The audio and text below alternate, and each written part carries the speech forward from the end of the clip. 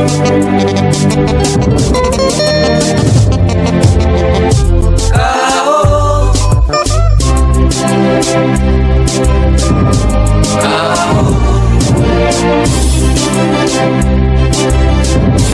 ni Baite TV, Baite FM 90.1 Udongo kwetu.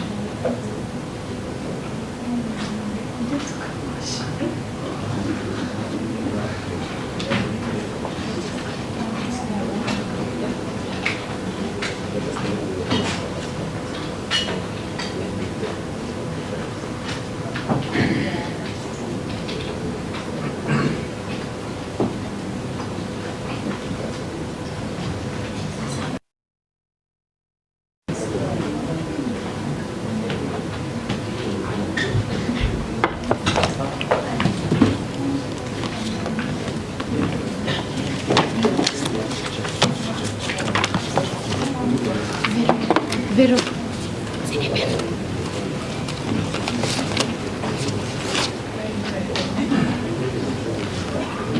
Pen.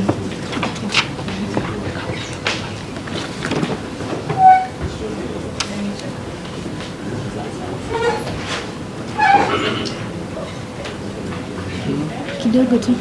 Okay. Ikapo.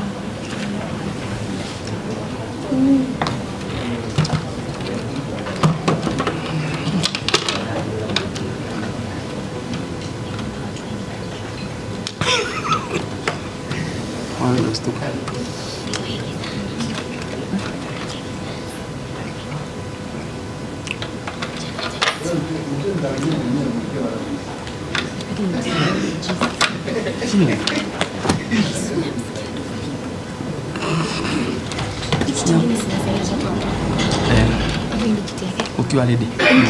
Hapana.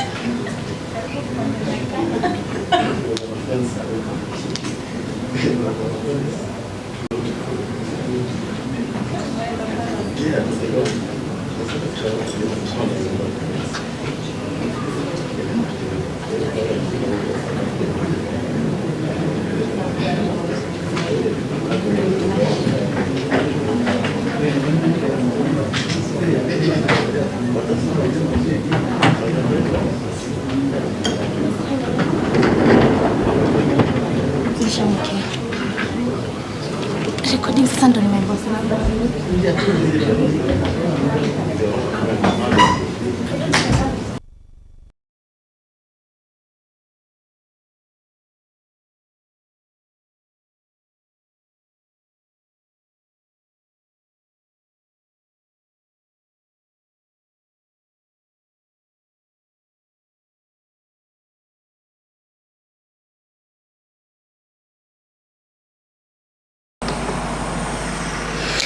Ni rukiriro rwega mutegeri wa Baite TV na mbica igukona kiri TV yaku kagitene gaka ni mbica kuma kiri Milimani Loko tirintere chia Nairobi na aria tweterete igamba ria mukathe Bishop Kawira Mwangaza riumba kwithirwa rikigitwa ntukuya narua na ni igamba riria riri mbere ya mugambithania Bahati Mwamuye uria nandi kagita okonthe hakwirigiro gutonya kotini nikenda kethirwa akiambia kugita igamba riri ria impeachment ya mukathe Bishop Kawira Mwangaza ukiririkanwa ati igamba riri niriumbite kwithirwa rikithikiro gwa kagita na nandi ntuko ya narua hiri ntuko ya Juma tariki 14 nirio igamba riri ririgiri kugitwa na mbica irokona kiri TV yaku kagitene gaka mutegeri wa Baite TV na kinya uria uthikiritie kameme ka Baite FM ni katumbite kwithirwa nandi tugikuretera mbica ya imwe kwa imwe kuma kiri Milimani Loko iria iri muci munene jo Nairobi aria tweterete igamba ria mukathe Bishop Kawira Mwangaza ariumba kwithirwa rikigitwa igita orionthe kwambiria nandi kagitene gaka hokona kinya mukathe Bishop Kawira Mwangaza bagwatanirite na First Gentleman wa kaunti ya Meru na atongeria barani MCAs na atongeria bangi bathirikari ya kaunti ya Meru ni bethiritwe bagikinya ndene ya koti eje ya Milimani nikenda kwithirwa bagitera kugitwa kwa igamba riri orere Meru kuma ntere mwanya bethiritwe utuko bunthe bare marune kwerencha murungu nikenda akethirwa akirwirira mukathe Bishop Kawira Mwangaza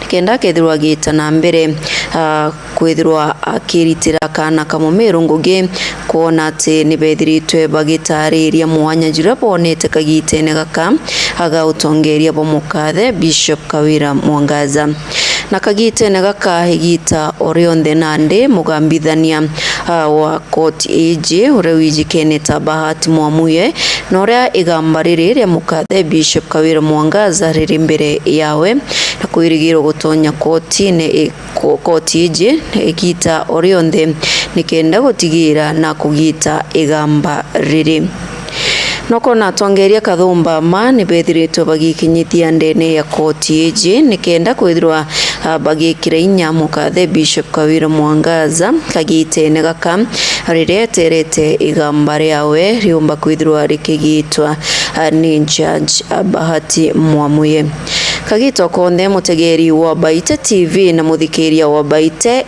FM Baite Mwamuye ure ni nchanje wa ure uri na igamba ririre mukathe Bishop Kawira Mwangaza akethirwa agitonya kotine nikenda akethirwa akigita igamba riri ntuburia antuba baingi ba kaunti ya Meru bombite kwithirwa bakiro muromba kwithirwa akigita igamba riri ni yota nonto ni bakuona ati mukathe Bishop Kawira Mwangaza ni mutongeria withiritwa akirutaniria nene kugarura kaunti ya Meru na kuuni barombete bombe kwithirwa bagichokerwa mukathe Bishop Kawira Mwangaza nikenda komba kwithirwa agita na mbere na gutongeria kaunti ya Meru na kuritira kana kamumeru ngugi na utuko bunde mutegeri wa Baite TV na muthikiria wa Baite FM Meru kumantere mwanya ni bethiritwe bagita marune na kwerencha murungu na kwithirwa bakimuririra nikenda kethirwa akiumbanira mukathe Bishop Kawira Mwangaza aria Ameru baba ingi bona niti kwithirwa bakiwatambaru mukathe Bishop Kawira Mwangaza na kuga igamba riri ni rithiro rikigitwa neyota nikenda geta na mbere kwatha kaunti ya Meru na mutegeri wa Baite TV gatombe kwithirwa tukierekera kirikoti ya Milimani na Judge Baite Mwamuye akwithirwa gitonya kirikoti nikenda tukathikira uria gwitite na mbere. Judgment is petition E for 29 of 2024, Honorable Kawira Mwangaza'S by the Speaker of the Senate of Kenya and others. Thank you. Who's in the matter? Good morning, Your Lordship. Good morning. The matter, my name is Elias Mutuma. I appear alongside my learned senior Mr. Elisha Omboya, who is in the great camp. I also appear alongside Robert Mitembe. Yes. Frida Kimathi. And Frida? Frida Kimathi. Frida Kimathi. That is all for the petition. Thank you. Good morning, my lord. Good morning. Kanji Yes. for the respondent.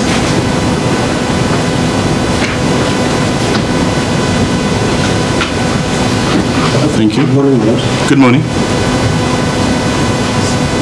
My name is Boniface Morero. Yes.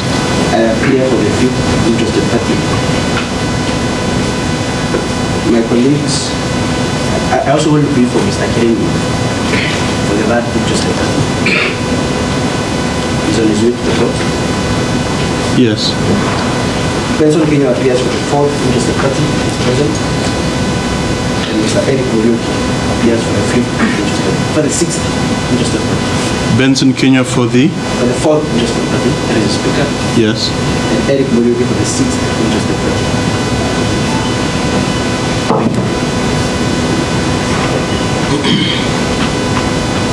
Good morning, my lord. Good morning. That matter, my name is Lawi. I appear alongside Ms. Mwangaza'S who's present in court. Yes. For the first interested party, Council Governors. Most Thank you. Honorable Judge. Yes, good morning. Yes. I appear alongside Ms. Kiruri, who is present in court, holding brief for Ms. Malas to record Frida Kenya, the second interested party. Thank you. Good morning, my lord. Good morning. Desiring Jaboy for the seventh interested party.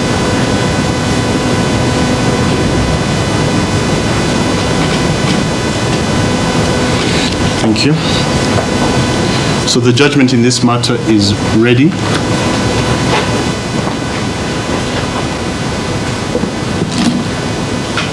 We have also prepared a media summary, which I will release at the conclusion of reading the judgment. We have 2 hard copies that I will also release to the parties, one side to the petitioner and one to the respondent. So I'll begin reading. It's 50 pages, bear with me, it'll be quite long.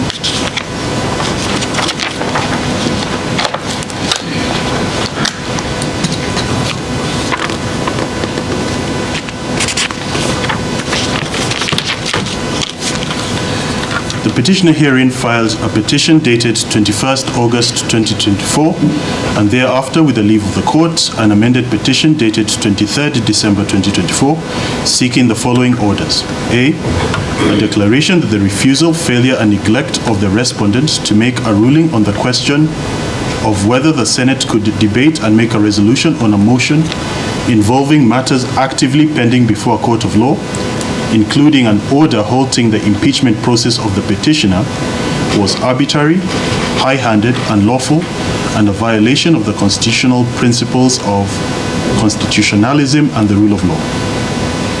B, a declaration that the respondent's conduct and management of the proceedings culminating into the resolution to remove the petitioner from office by way of impeachment was in violation of the petitioner's right to fair hearing as guaranteed under Article 50, Clause 1 of the Constitution of Kenya.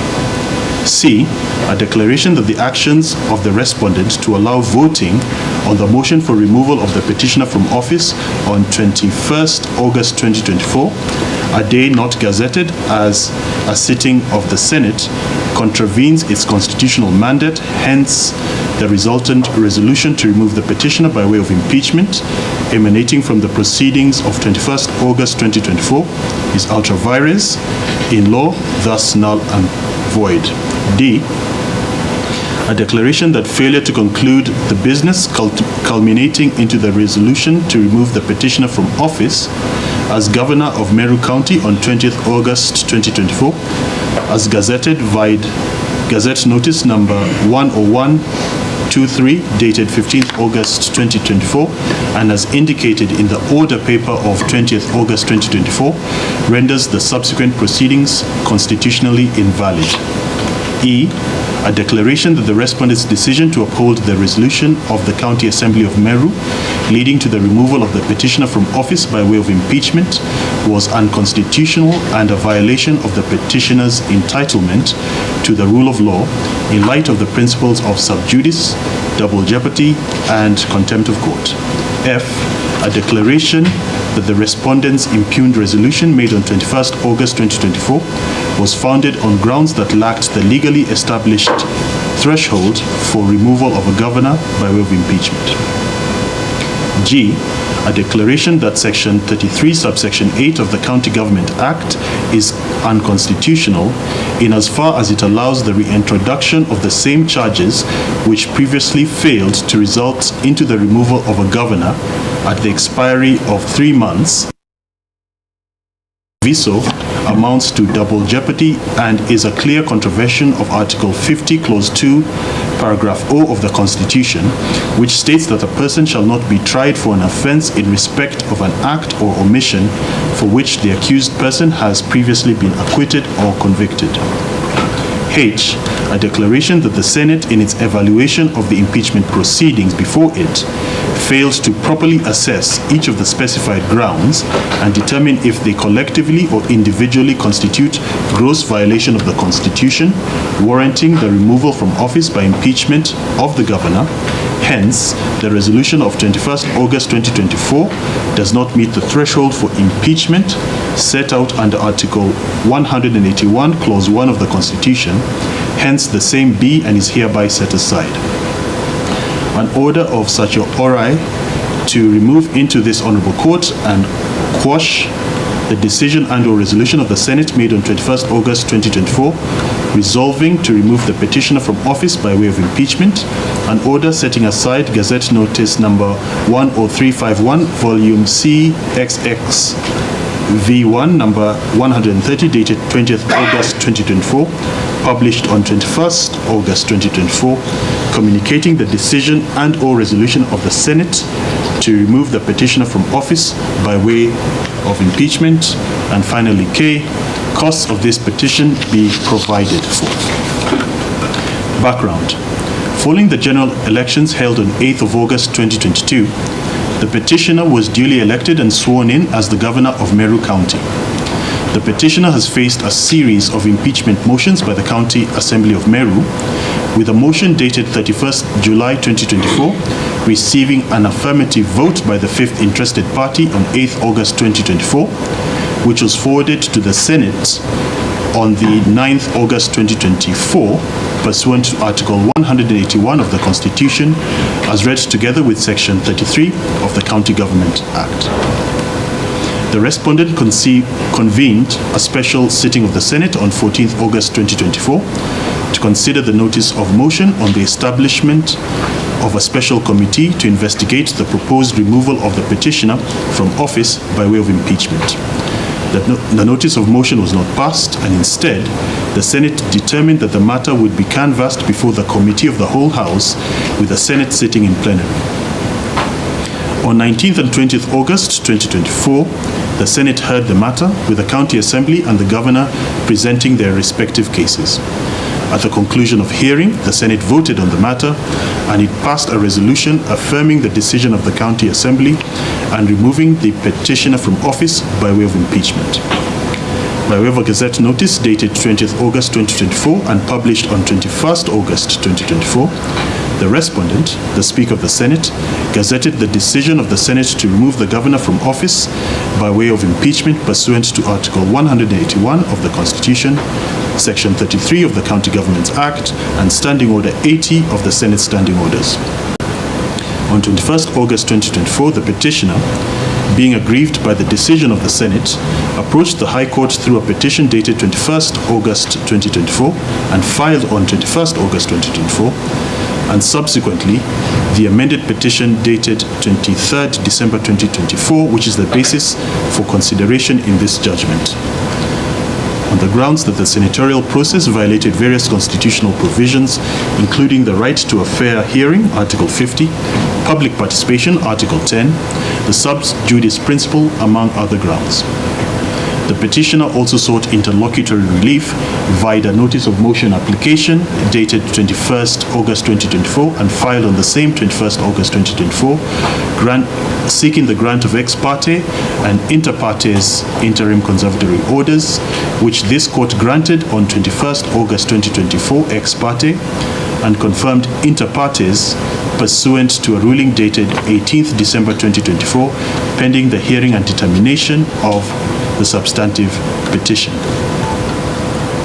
The petitioner's primary arguments are that the impeachment did not meet the constitutional threshold, that it was conducted in defiance of a valid court order, that it was based on matters already pending before the High Court in Meru, that the process violated the principle of public participation, and that she was denied a fair hearing. The ruling of this court, dated and delivered on 18th December 2024, granted the interlocutory relief for a period of 120 days only, and on 20th December 2024, this court issued comprehensive directions on the schedule for the hearing and determination of the matter, including the issuance of a judgment date being 14th March 2025, which fell within that 120-day period. The petitioner, having been granted leave to file and serve an amended petition, and interested parties having been joined by the court so as to give all concerned parties an opportunity to be heard, filed and served the same, and responses to the amended petition were also filed and exchanged by the respondent and the interested parties. The matter was canvassed by way of written submissions, with the parties filing written submissions in support of or in opposition of the petitioner's amended petition dated 22nd December 2024 as follows. I'll not, in the interest of time, I'll not go through the various filings. Highlighting of written submissions was held on diverse dates as follows. The petition and those in support of the amended petition on 21st February 2025 and 24th February 2025. The respondent and those opposed to the amended petition on 24th February 2025 and 26th February 2025. Positions of the parties. The petitioner, Honorable Kawira Mwangaza, challenges the impeachment process before the Senate only within the amended petition dated 23rd December 2024.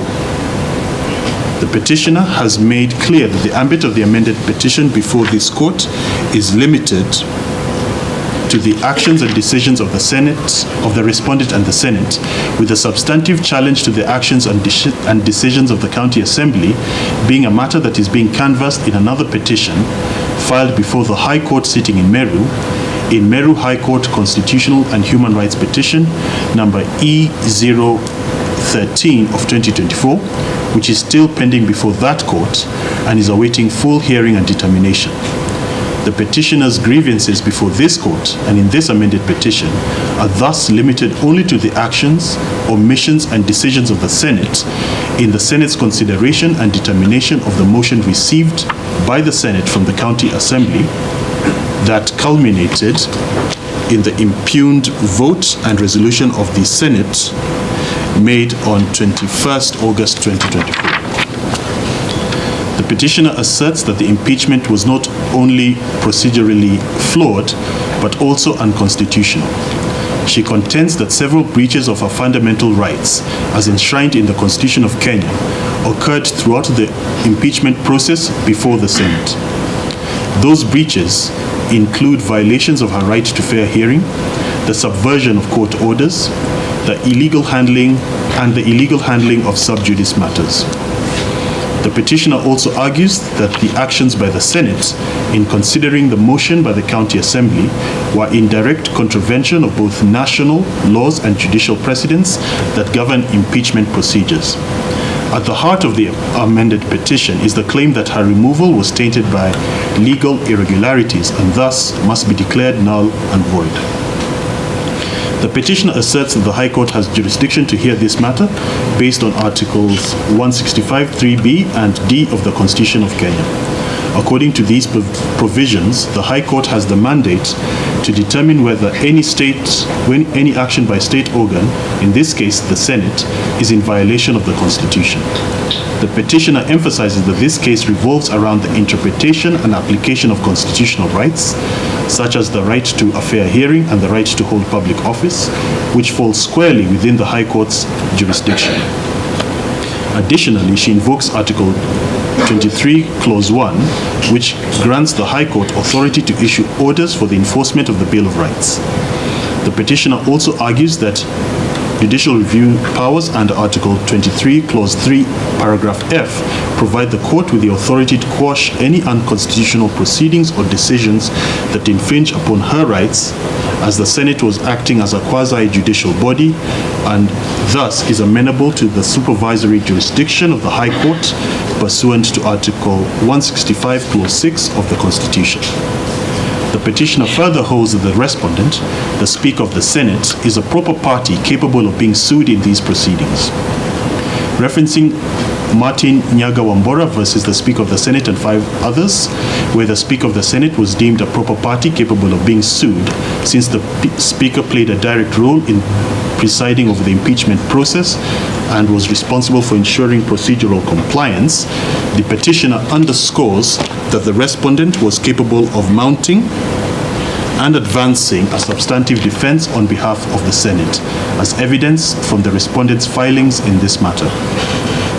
In addition to the Respondent having a direct role in the unconstitutionalities and illegalities with which she is aggrieved. The petitioner emphasizes that the Speaker of the Senate permitted the introduction and continuation of the impeachment process before the Senate, which then proceeded to hear and determine the matter, despite the issuance and pendency of conservatory orders by the High Court sitting at Meru. Those orders, which were granted in response to the petitioner's application, ordered a halt to the impeachment process, and thus the Speaker of the Senate and the Senate were in violation of a court order when the Senate heard and determined the motion laid before the Senate.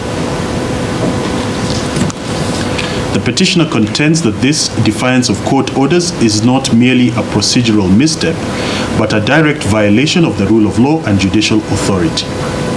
The fact that the Respondent, despite being aware of the Meru High Court's ruling dated and the orders therein, chose to permit the Senate to proceed is, in the mind of a petitioner, a clear and determinative violation of the Constitution, which renders all subsequent actions and decisions of the Senate null and void. To buttress this argument, the petitioner has drawn the attention of this court to the Meru High Court's ruling on contempt of court, which was delivered on 13th February 2025, in which it confirmed that the County Assembly, its Speaker and the mover of the motion were found to have acted in contempt of court for having introduced a fresh impeachment motion, which is the impeachment motion that was heard and determined by the Senate. Turning to the sub judice rule argument, the petitioner argues that several issues that formed the basis of the impeachment charges, such as the employment dispute involving, I'll not name the parties, were already pending in courts of competent jurisdiction. These issues were thus sub judice in the mind of the petitioner, meaning they were under active judicial consideration, and thus their discussion in the Senate was unlawful. The petitioner contends that both Standing Orders 90 of the County Assembly and Standing Order 103 of the Senate clearly prohibit such discussions, as they could potentially prejudice the fair determination of the cases before the courts. Despite this, the petitioner argues that Senate proceeded to discuss and to vote on matters that were legally restricted, thus breaching the sub judice rule. The petitioner argues that the Speaker of the Senate failed to make a ruling on the issue of sub judice when it was raised, which further compounded the violation of procedural fairness. This action, to the petitioner's mind, is a gross violation of the constitutional doctrine of separation of powers, as the Senate was discussing and determining matters pending in courts of law, thus usurping judicial authority from those courts. The petitioner relies on several legal precedents to support her case. She cites the Central Bank of Kenya versus Ratilal Automobiles Limited and Omega Enterprises versus KTDC, which assert that actions taken in defiance of court orders are null and void. These rulings reinforce the petitioner's argument that the impeachment process conducted in violation of court orders cannot stand. The petitioner also invokes the Judicial Service Commission versus Speaker of the National Assembly 2013, which held that contemptuous acts, regardless of whether the contemnor was aware of the court order, are automatically invalid. Based on these precedents, the petitioner calls for the court to declare the impeachment process a nullity, quash the Gazette notice that formalized her removal, and declare the relevant provisions of the County Governments Act unconstitutional. The petitioner also seeks a permanent injunction to prevent any further impeachment proceedings on the same grounds, arguing that such proceedings would be fundamentally flawed and illegal. The petitioner argues that the impeachment process itself violated her right to a fair hearing as guaranteed by Article 50 of the Constitution. She asserts that the proceedings in the Senate were marred by chaos, disorder, and an overall lack of procedural fairness. The petitioner describes how, during the Senate's impeachment debate of 20th August 2024, the proceedings were halted multiple times, and the live media coverage was abruptly stopped. Moreover, the petitioner claims that the time allocated for debate was insufficient, with each senator only given 3 minutes to present their views, which was grossly inadequate given the gravity of the matter. The petitioner's closing remarks were also limited to only 2 minutes, during which she was not even able to give her statement due to the ongoing disruptions. Excuse me. Furthermore, the petitioner highlights that the impeachment motion was rushed, with crucial procedural steps ignored, such as adequate debate and an opportunity for questions and clarifications. These actions created an environment where the petitioner could not adequately defend herself, thus breaching her constitutional right to be heard fairly. The petitioner emphasizes that the conduct of the Senate on that night rendered the impeachment process a mockery of justice and were indicative of a preconceived decision, a violation of her right to fair hearing before a fair and independent quasi-judicial body. The petitioner also argues that the impeachment process was fraught with procedural irregularities, which were acknowledged by some senators after the fact. Several senators, in media statements and parliamentary sessions, admitted that the impeachment was unfair, unprocedural, and invalid. The petitioner argues that these admissions lay bare, by admission, the flawed nature of the process that unfolded before the Senate. The petitioner points out that despite these admissions, no remedial actions were taken by the Senate or the Speaker to address the admitted mistakes. The petitioner cites instances where senators expressed regret over the process, including during the impeachment of the Deputy President on 9th October 2024, where the flaws in the petitioner's impeachment were acknowledged and stated as lessons to be learned for the Deputy Presidential impeachment and also for future proceedings. Despite these acknowledgements, the petitioner argues, having been admitted by members of the Senate, can only lead this court to a finding that indeed the process before the Senate with respect to her impeachment was unconstitutional. The petitioner has also attacked the canvassing of charges that had been previously determined in her favor by the Senate during previous impeachment proceedings against her before the Senate. In addition to arguing that this violates her constitutional protection against double jeopardy on a factual basis, the petitioner also argues that Section 33, subsection 8 of the County Governments Act is unconstitutional because it violates the right against double jeopardy as provided under Article 50, Clause 2, Paragraph O of the Constitution. The petitioner asserts that this provision allows for the removal of a governor through impeachment based on issues that have already been adjudicated by the Senate or matters that had formed the basis for previous impeachment motions by the Senate, and it violates the constitutional protection against both double jeopardy and also fair hearing. In conclusion, the petitioner argues that the impeachment process before the Senate was marred by a series of constitutional violations, procedural defects, and contempt of court. The petitioner asserts that the actions of the Senate and the County Assembly were not only unfair but also illegal, rendering the entire impeachment process null and void. She emphasizes that the conservatory orders, sub judice violations, and denial of fair hearing resulted in a miscarriage of justice.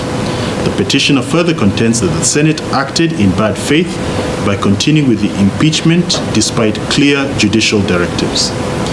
Given these circumstances, the petitioner urges this court to quash the impeachment process, declare it unconstitutional, and uphold her constitutional rights to due process and a fair hearing.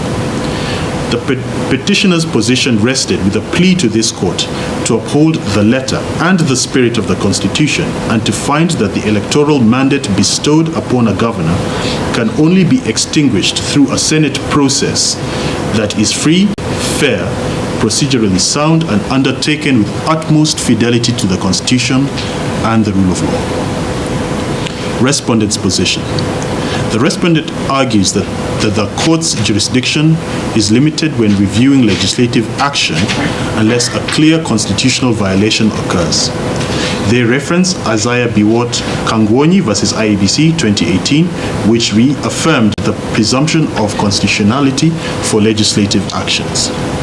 The respondent asserts that the impeachment process against the governor of Meru was conducted in strict adherence to the law. Article 181 of the Constitution and Section 33 of the County Government Act outline the grounds and procedure for impeachment, and the respondent contends those provisions were strictly adhered to. The Senate, exercising its mandate under Article 96, followed the due process as prescribed, ensuring procedural compliance and constitutional validity. Additionally, the respondent argues that the Senate sufficiently evaluated the grounds presented and found them substantiated, citing specific instances of gross violation of the law, misconduct, and abuse of office. The respondent submits that impeachment does not require proving every charge beyond a reasonable doubt, as it is a constitutional accountability mechanism, not a criminal trial.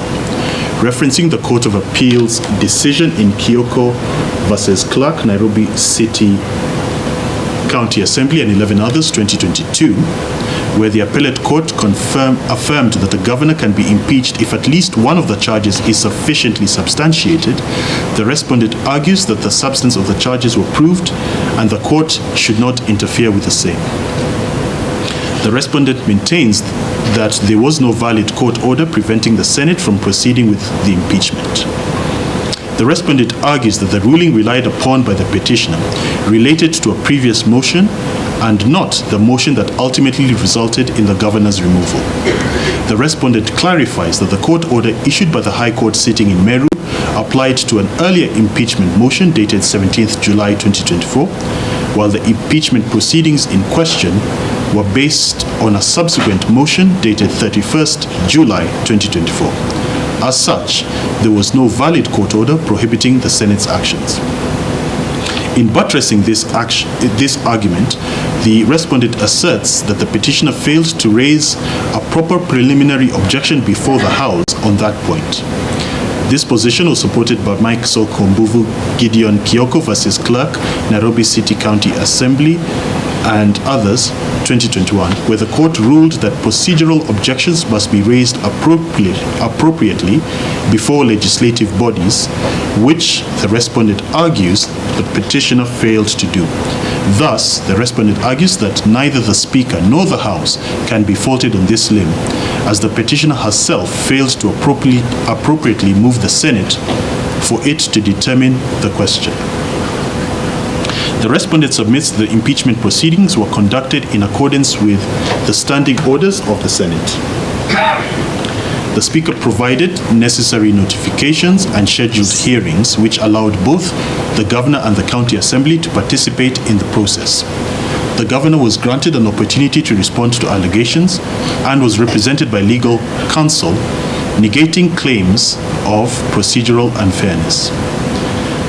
The respondent insists that the Governor was accorded a fair hearing throughout the process. She was given an opportunity to respond to the allegations, was represented by legal counsel, and she had the chance to cross-examine witnesses. The respondent argues that the Governor was given an opportunity to make closing remarks but declined to do so. The argument that she was denied the right to be heard is therefore unfounded, since she was fully represented by legal counsel who made statements on her behalf. The respondent cited Sonko v. County Assembly of Nairobi and 11 others, Supra, where the Supreme Court held that procedural requirements for impeachment are met, including proper notice, evidence presentation, and legal presentation. The decision is sound. The respondent justifies the decision to limit the debate on impeachment motion to 3 minutes per senator by arguing that this limitation was approved by the Senate in accordance with its standing orders, 111 of the Senate standing orders, which allow the House to impose such limits and guides how impeachment trials are conducted. The respondent adds that the motion to limit the debate was duly voted upon and passed by a majority of 31 to 9, making it a legitimate procedural decision and did not violate any constitutional provisions and is in accordance with established rules. The Speaker's decisions regarding procedural matters, including limitation of debate, were legally sound. The respondent references Uzalendo Institute for Leadership and Democracy versus Attorney General and another, 2021, where the court upheld parliamentary autonomy in regulating its internal procedures and argues that this court cannot interfere with the internal regulation of the proceedings of the Senate. The respondent also submits that the voting process in the Senate was conducted in strict compliance with standing orders. Senators voted electronically, with some manually casting their votes in accordance with procedural rules. The outcome of the vote reflected the will of the majority. The respondent further contends that parliamentary proceedings are governed by established rules, and no evidence was adduced by the petitioner to demonstrate any disorder affected the validity of the vote. The respondent justifies the Speaker's decision not to adjourn the impeachment proceedings despite alleged disorder on this basis. They cited Erskine-May's Treatise 2011, which states that the Speaker has discretion to determine whether disorder warrants adjournment, and the respondent argues this is a matter over which the court has no jurisdiction in determining. The respondent opposes the petitioner's claim that Section 33, subsection 8 of the County Governments Act contravenes Article 50, Clause 2, Paragraph O of the Constitution, which prohibits double jeopardy. They state that impeachment is a political process separate from criminal proceedings, and thus Article 52(0) does not apply since it governs criminal trials and not political accountability processes such as impeachment. That provision, to the respondent's mind, is necessary to uphold governmental and leadership accountability, and the respondent cites Hastings versus United States, 1992, where a judge was impeached despite prior acquittal in a criminal trial, and it was held that impeachment is a separate political process from criminal proceedings and does not fall within the ambit of double jeopardy protections. The respondent highlights the laws enacted by Parliament enjoy a presumption of constitutionality. In Azaya Biwot Kangoni versus IBC and another, Supra, the court held that courts should only declare a law unconstitutional if it clearly contravenes express constitutional provisions, which is not the case with Section 33, subsection 8 of the County Governments Act. The respondent cites Article 117, Clause 1 of the Constitution and Section 12 of the Parliamentary Powers and Privileges Act to argue that legislative proceedings are protected from judicial interference. Referring to the case of Apollo Mboya versus Attorney General and others, 2018, where it was reaffirmed that parliamentary debates and resolutions cannot be challenged in court unless there is clear evidence of unconstitutionality, the respondent argues that no such basis has been laid in the present case. The respondent also argues that the doctrine of separation of powers requires that courts should not interfere in the internal workings of Parliament unless there is a clear violation of the Constitution. Citing the Supreme Court in Justice Kariuki Mate and another versus Martin Nyaga Wambora and another, 2017, which emphasized that judicial restraint is necessary when dealing with matters constitutionally assigned to other arms of government. The respondent challenges the probative value of the petitioner's evidence, including social media posts and newspaper articles, arguing that they constitute hearsay and thus were inadmissible for failing to meet the requirements of the Evidence Act. The respondent, relying on IEBC versus National Super Alliance, NASA Kenya, and 6 others, 2017, submits that such materials constitute hearsay unless verified by their authors, which the respondent asserts was not done in this case. Additionally, Section 106, capital B of the Evidence Act sets strict conditions for the admissibility of electronic evidence, which the petitioner failed to meet as per the respondent. The respondent argues that the impeachment decision was reached after full deliberation and was supported by evidence. The respondent cites the Sonko decision, where it was established that where due process is followed, the court should not overturn the Senate's decision simply because the impeached official disagrees with the outcome. The respondent also argues that the amended petition is incurably defective due to the failure to enjoin the Senate as a party. The respondent contends that the Speaker was not a proper party to sue, as he is an ex-officio member of the House with no vote in any of the impugned matters.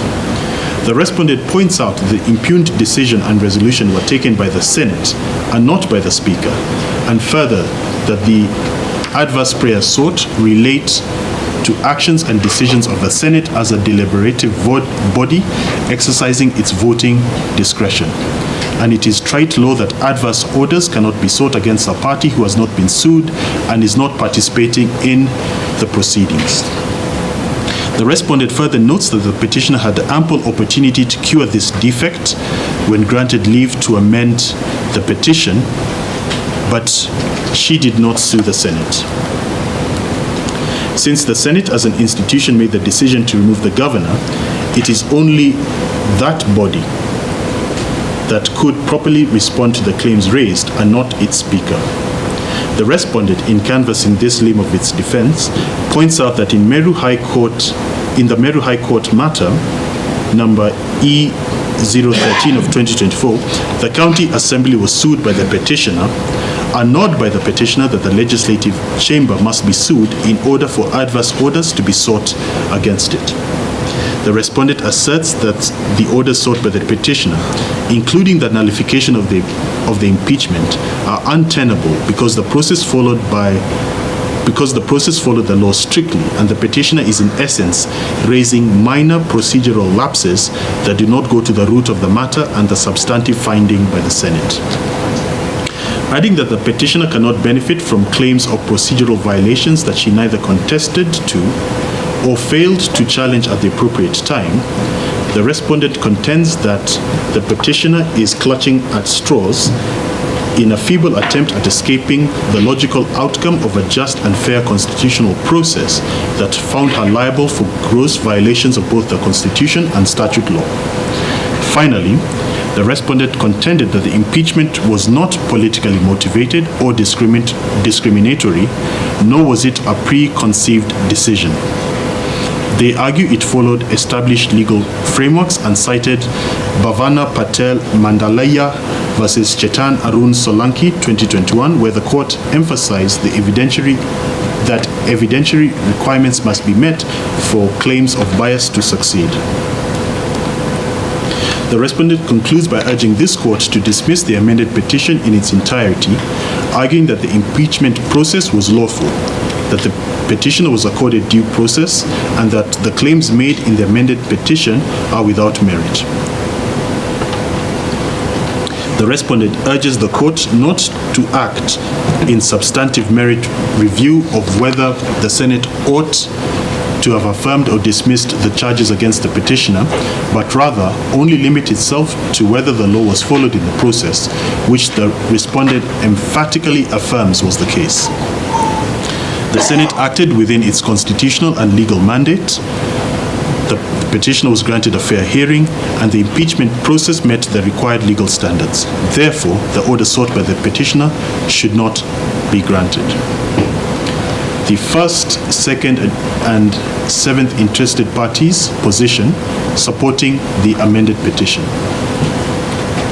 The seventh interested parties' reply and written submissions were struck out by the court due to improper commissioning of the replying affidavit, which meant there was no underlying foundation for the interested parties' written submissions.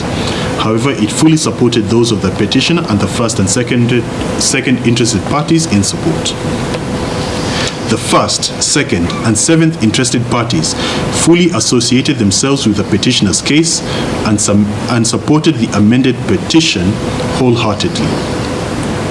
In terms of fresh ground covered, the first interested party, the Council of Governors, argues that the court should uphold the sanctity of impeachment and not affirm a process that was marred by irregularities. The Council of Governors' position was that the present case is indicative of a worrying trend in which impeachment has become watered down and the bar for it has become too low. Additionally, the first interested party faulted the Senate for conducting the voting on a day that was not gazetted as an official sitting date, which renders the entire process unlawful in its eyes. To the Council's mind, the manner in which the impeachment was conducted raises fundamental questions about whether due process was followed, and if not rectified, it sets a dangerous precedent for future impeachments.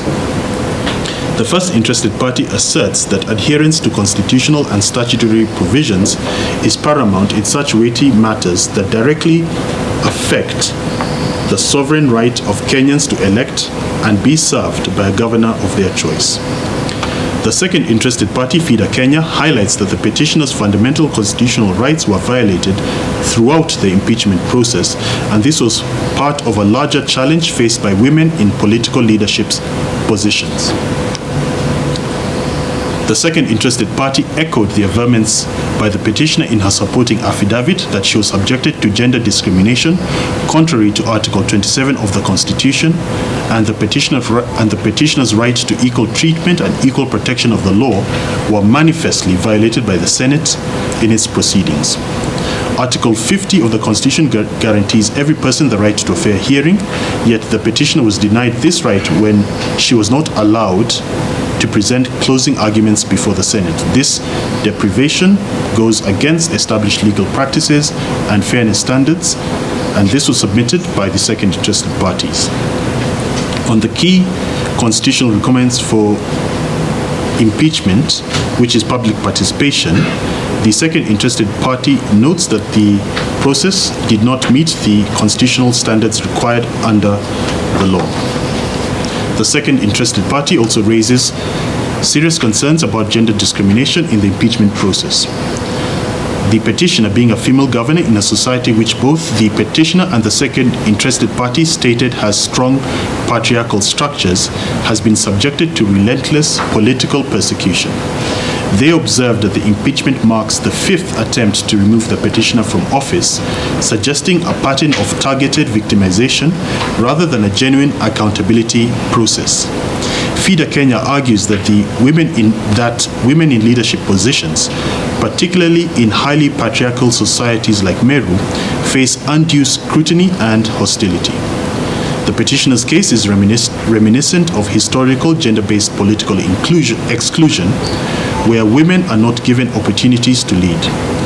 The impeachment proceedings in the Senate, to their mind, were conducted in a manner that reinforces societal biases against female leadership, discouraging other women from pursuing political careers. The second interested party also highlights that the petitioner has been subjected to multiple impeachment attempts based on the same set of allegations.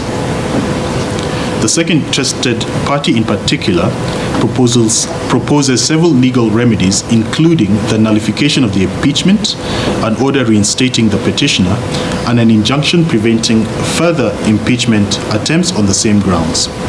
They also recommend legal reforms to protect governors from politically motivated impeachments. The Senate's role in impeachment should also be clearly defined, and adherence to due process enshrined. They urge this court to be alive to the reality behind the impeachment of the petitioner in the Senate and establish through this judgment a precedent that strengthens constitutional safeguards against abuse of the process of impeachment and accords protections for discriminatory actions brought under the guise of legitimate impeachments. The positions of the third, fourth, fifth, and sixth interested parties in opposition of the amended petition.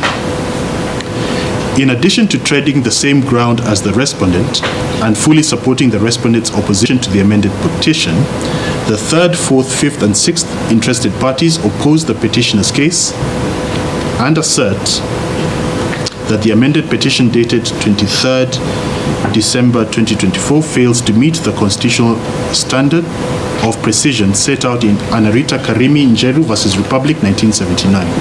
According to the legal precedent established in that seminal case, a constitutional petition must explicitly outline the specific rights alleged to have been violated and provide substantive evidence to support those claims. However, they contend the petitioner has broadly referred to Articles 1, 93, and 38 of the Constitution without clearly demonstrating how these provisions have been contravened. Moreover, to their mind, the amended petition makes sweeping allegations that entire articles of the Constitution have been violated without detailing specific breaches. The fifth interested party in particular refutes the petitioner's argument that impeachment undermines the will of the electorate, stating that democratic governance is not just about elections, but also about accountability throughout a leader's tenure. The constitutional framework ensures that an elected leader does not act with impunity simply because they were elected by the people. It argues that allowing a governor to remain in office despite evidence of misconduct would be an affront to the principles of good governance and constitutionalism. Additionally, the fifth interested party stresses that impeachment does not automatically translate to an unfair or politically motivated process, as the law provides clear guidelines for its execution. The removal of a leader through impeachment, therefore, serves as a corrective mechanism that protects public trust in governance and prevents abuse of power, and thus, this court should only intervene where there is a clear violation of the Constitution, which there is none to their minds in this case. The sixth interested party contends that this court should not rely on the ruling dated and issued on 13th February 2025, in which the sixth interested party and others were found to be in contempt of court for introducing the fresh impeachment motion that led to the Senate's impugned resolution. The interested parties collectively opposed urge that this court finds that it is not bound by the Meru High Court's decision and to independently analyze the question of whether there was a valid order capable of barring the Senate from proceeding to hear and determine the motion before it. So I go through the analysis of the law that the parties opposed have given. In the interest of time, I will skip to their collective conclusion. The interested parties in opposition warn that granting the petitioner's prayers would set a dangerous precedent where public officials use the judiciary to obstruct legitimate governance and accountability processes. They further assert that any alleged procedural irregularities in the impeachment process do not justify overturning the entire process as long as the substantive grounds for removal were legally sound. The court, they argue, must uphold the rule of law and ensure that democratic institutions can function without undue interference from the judiciary. The interested parties who opposed the amended petition, therefore, urge the court to dismiss the amended petition with costs. Issues for determination. Having considered the amended petition, the responses thereto, both in support and in opposition, the written submissions filed by the parties,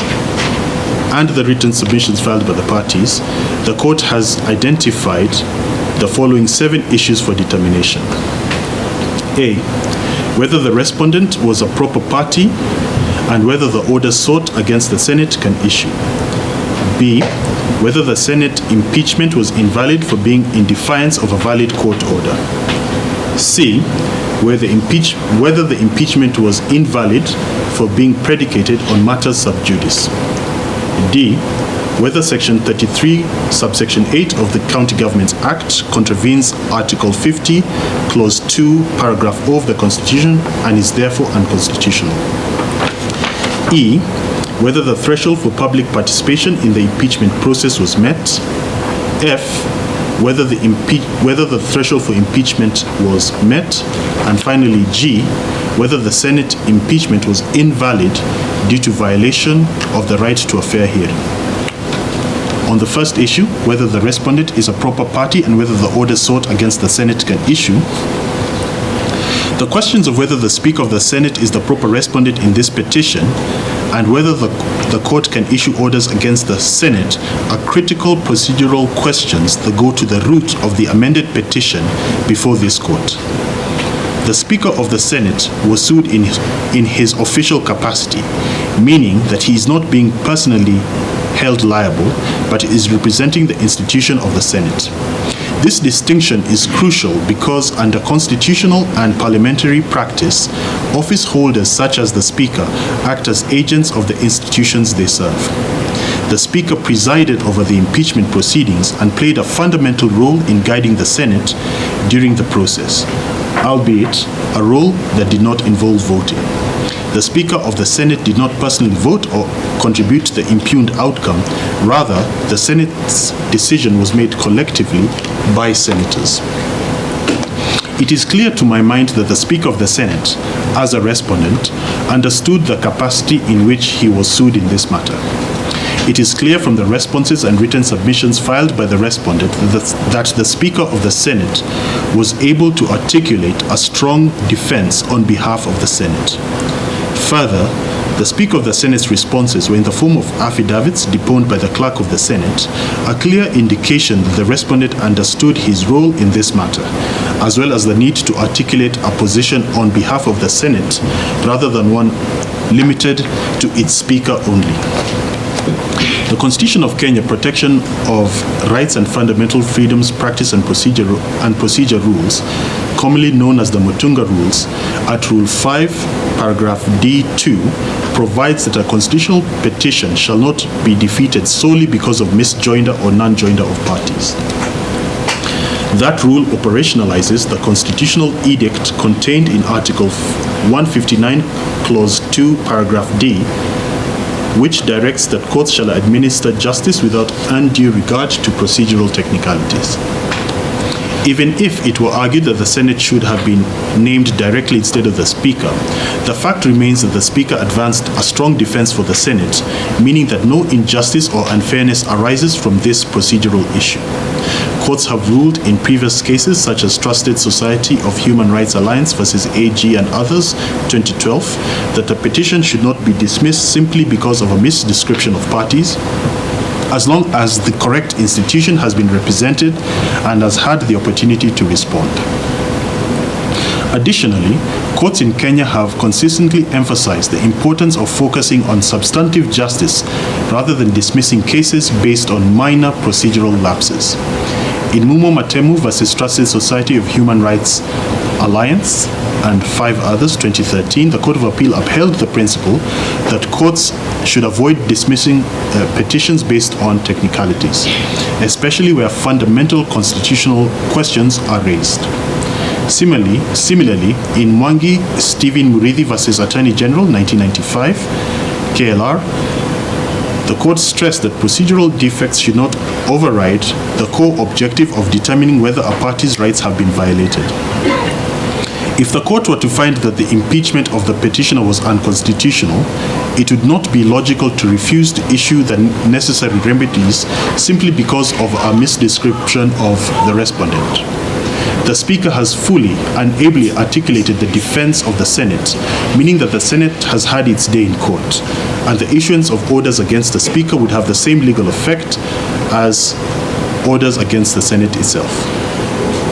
Flowing on from this, I am satisfied that the amended petition can properly seek adverse orders against the Senate, since the Speaker of the Senate is the respondent in this matter. Our constitutional order has long since abandoned the obsession with procedure and technicalities that bedeviled constitutional litigation in former times. The Senate was ably represented and suffered no prejudice from its non-joinder, as the Speaker of the Senate was the respondent herein, and the orders sought against the Senate were vehemently opposed by its Speaker on behalf of the august House.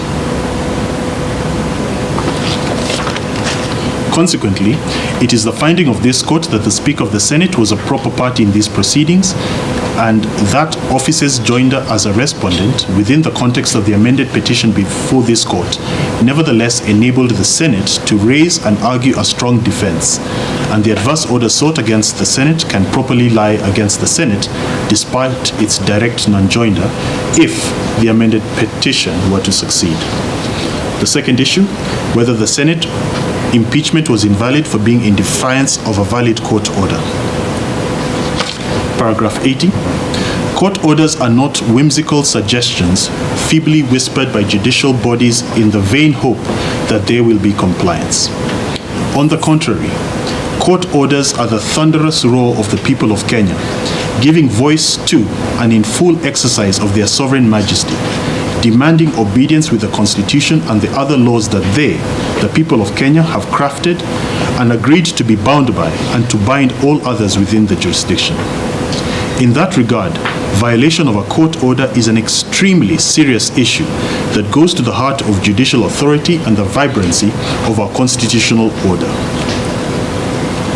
This court must tread carefully, as the order that the Speaker of the Senate and the Senate as a whole are alleged to have violated is an order of the High Court of Kenya sitting at Meru in a matter that is still pending before that court.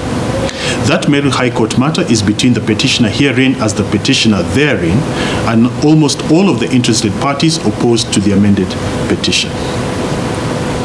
And it concerns the actions, omissions, and decisions of the County Assembly of Meru with regard to the impeachment motions dated or filed against the petitioner in the month of July, and in particular, one motion which gave rise to the impugned Senate resolution that is the subject of these proceedings. There are many elements to this issue for determination, all of which but one are either still pending before the High Court sitting at Meru or are the subject of ongoing proceedings before the Court of Appeal. The sole element that this court can safely carve out from the rest is the question of whether the Speaker of the Senate and the Senate, not being parties in those Meru proceedings, could have reasonably been expected to understand the Meru High Court's stated intention that the orders in the ruling dated 24th July 2024 by Kasan J applied to any future motions by the County Assembly, such as the one dated 31st July 2024, which is the subject of the Senate's consideration and impugned decision, in addition to the one referenced in the ruling being the motion dated 15th July 2024.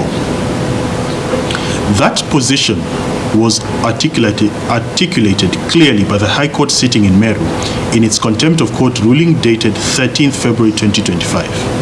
But that ruling came long after the Senate's impugned actions and decisions.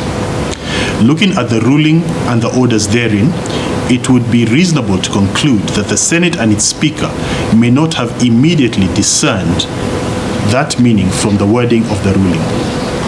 Without being a party to those proceedings, I am satisfied that the Speaker and the Senate could not have been reasonably expected to appreciate the intention of the Meru High Court, and thus they cannot be faulted for proceeding as they did. I am equally satisfied that the petitioner herein failed to properly advance the issue of the court order before the Senate. I agree with the respondent that a letter to the Speaker of the Senate is not the proper way to raise a preliminary objection as per the Senate's internal rules, any more than a letter to a judicial officer would be a proper way to raise a preliminary objection before a court. While it can be argued that the Senate should have sought judicial clarification before proceeding with impeachment, I find that it would have been better for the petitioner, a party in those Meru High Court proceedings, to have been proactive and placed that material clarification before the Senate, in addition to properly moving the Senate as per its internal rules. The petitioner ought to have extracted the order from the ruling of Kasan J and formally placed it before the Senate, or filed the necessary process before the High Court sitting in Meru to create an express situation where the Senate could not have proceeded without expressly violating a court order of which they had direct knowledge. By not doing so, the petitioner created a gap in which the benefit of doubt must favor the respondent and the Senate. Additionally, this court notes that the Court of Appeal at Nyeri, in a ruling dated 5th March 2025 in civil application number E020 of 2025 as consolidated with civil application number E021 of 2025 has ordered as follows. I will not read the order. The Court of Appeal is now seized with a wider question of whether there was a valid Meru High Court order capable of being violated and resulting in contempt of court. All this court can safely determine is that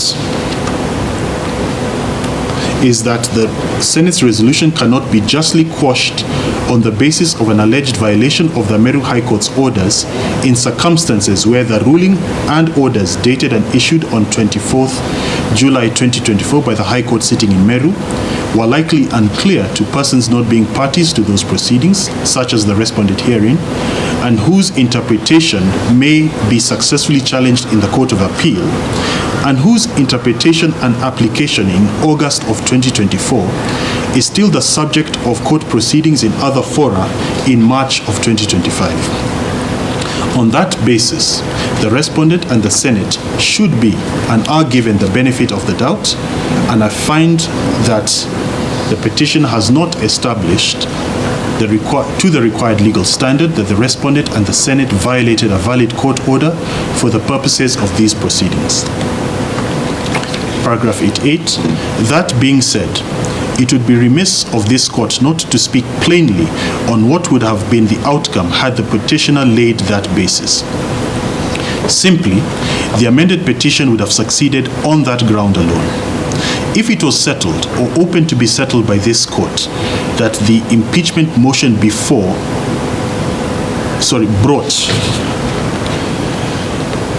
brought by the before and by the fifth interested party that gave rise to the impugned Senate resolution was undertaken in violation of a court order, this court would have had no hesitation in quashing the Senate resolution on that basis alone, because the substratum, the County Assembly's motion, was invalid on having been undertaken in defiance of a court order. Even a good faith action by the respondent and the Senate is liable to be quashed if the underlying and preceding actions by a county assembly are found to have been illegal and thus invalid. Whether the Senate impeachment was invalid for being predicated on matters sub judice. Paragraph 89. The doctrine of sub judice is an important legal principle that prevents courts and other adjudicatory bodies from deliberating on matters that are actively pending before another court of law or adjudicatory body. The petitioner argues that the Senate's impeachment process was invalid because it was based on matters that were already pending before the High Court in Meru and other courts, thus violating this rule.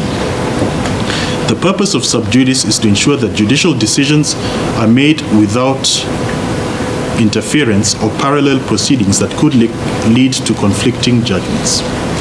The sub judice principle is well established in Kenyan law and is expressly recognized under Standing Order 92 of the Senate Standing Orders. Standing Order 92 states that senators shall not refer to matters that are pending in court if doing so would prejudice the fair determination of the case. However, the standing order also includes an exemption, allowing the Senate to proceed if the Speaker determines that the matter is of overriding public interest. This means while the doctrine of sub judice generally applies in the Senate, it is not absolute, particularly in cases where the Senate is exercising its constitutional oversight functions. Courts have also provided guidance on the application of sub judice. In Kenya National Commission on Human Rights versus Attorney General 2020, the court stated that the sub judice rule is meant to protect judicial proceedings from undue influence and ensure that courts, rather than legislative bodies, are the final arbiters of legal disputes. However, in Republic versus Chief Magistrate Milimani and two others, ex parte Tusker Mattresses Limited and three others, 2013, the court clarified that sub judice only applies when the matters being adjudicated are substantially similar and the second forum's decision could prejudice the ongoing court case.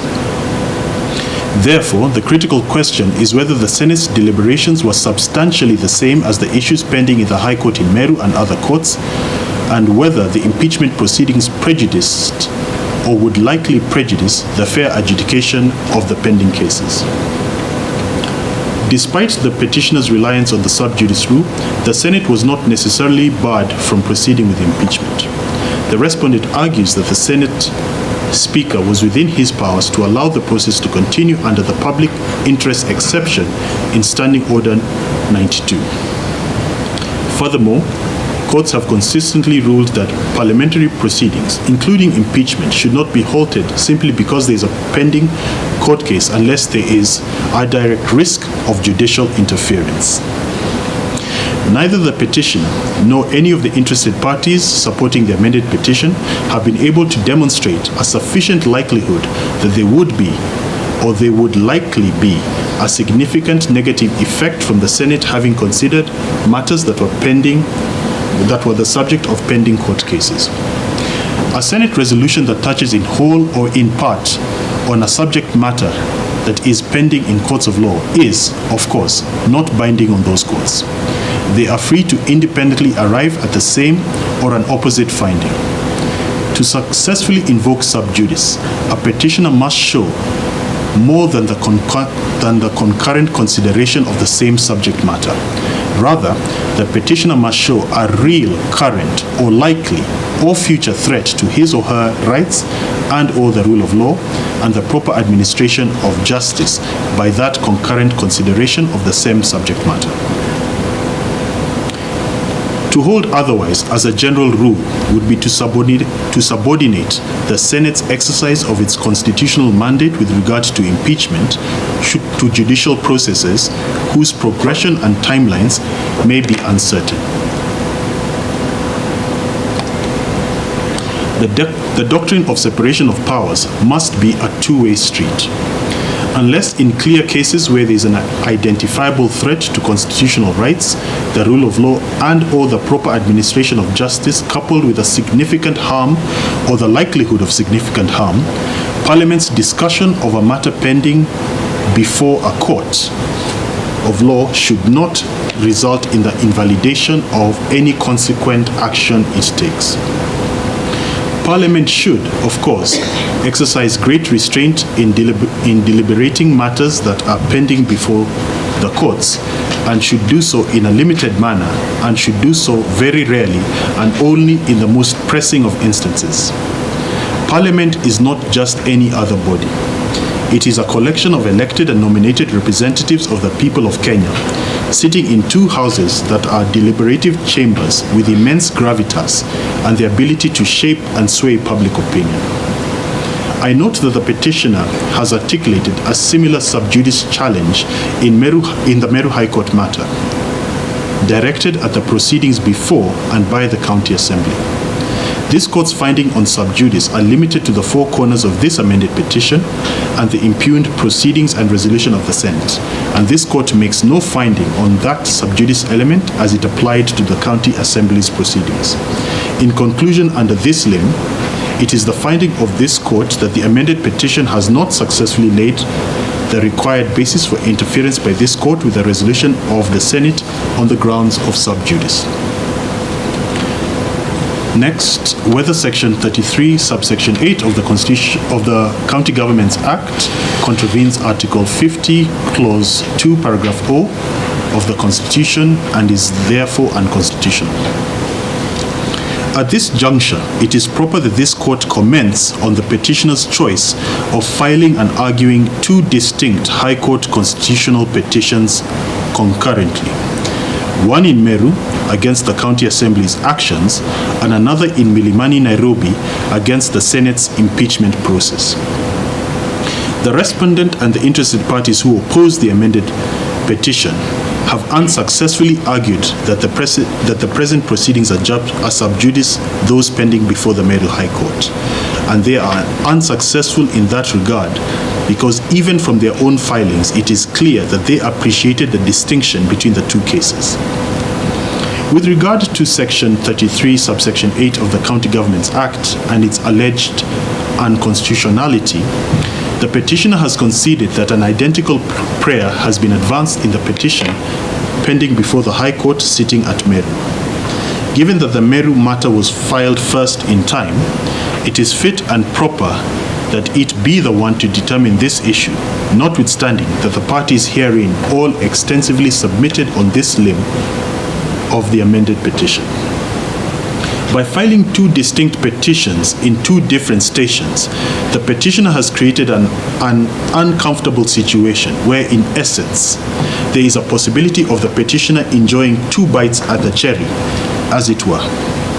Perhaps more importantly, the petitioner's choice of crafting two distinct petitions with minimal overlap, such that consolidation would not be automatic, has had the consequence of denying a single court a bird's-eye view of the entirety of the process, from the inception at the County Assembly to the Senate resolution, and thus forcing two High Court stations to tread carefully so as not to stray into the other's case. To be clear, this was not forum shopping, but rather it was clever lawyering, where the petitioner's counsel identified a loophole that they could use to the benefit of their client. By drafting and filing a petition before this court in which all the allegations were limited to the Senate stage, and by only suing the Senate Speaker, perhaps fully aware that the County Assembly and its officers would be forced to join the proceedings through applications for joinder, the petitioner has created a situation where she now has two opportunities for success rather than just one.